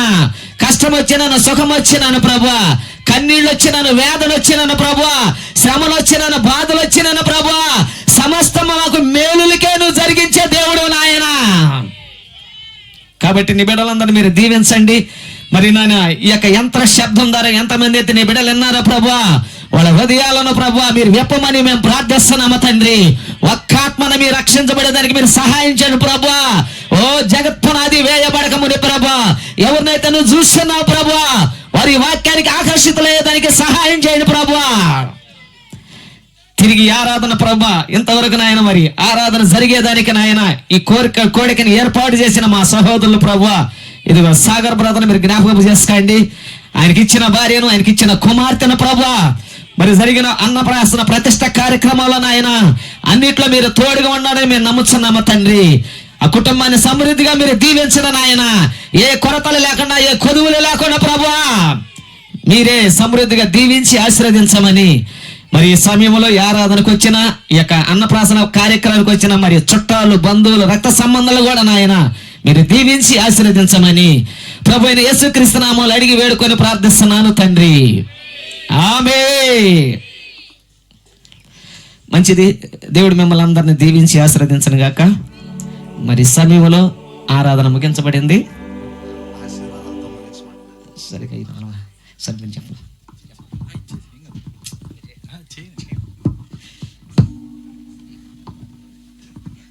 ఆశీర్వాదంతో ముగించుకుందాం.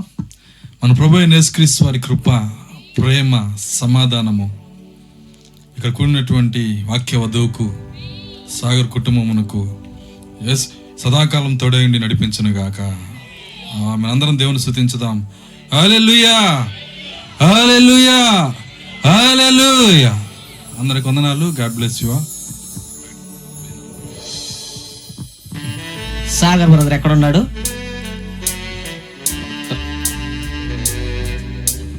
సరే మంచిది. మరి ఆరాధనకి వచ్చిన సహోదరి సహోదరులందరికీ, చుట్టబంధువులకు, స్నేహితులకు, బంధువులకు, మరి శ్రేయోభిలాషులకు, సహోదరుడు అందరికీ మరి భోజనాలు సిద్ధం చేసి ఉన్నాడు. కాబట్టి ప్రతి ఒక్కరూ ఆ భోజనాలు చేయవలసిందిగా, సహోదరు కుటుంబాన్ని మీరు దీవించవలసిందిగా దేవుడు మిమ్మల్ని అందరినీ దీవించను గాక.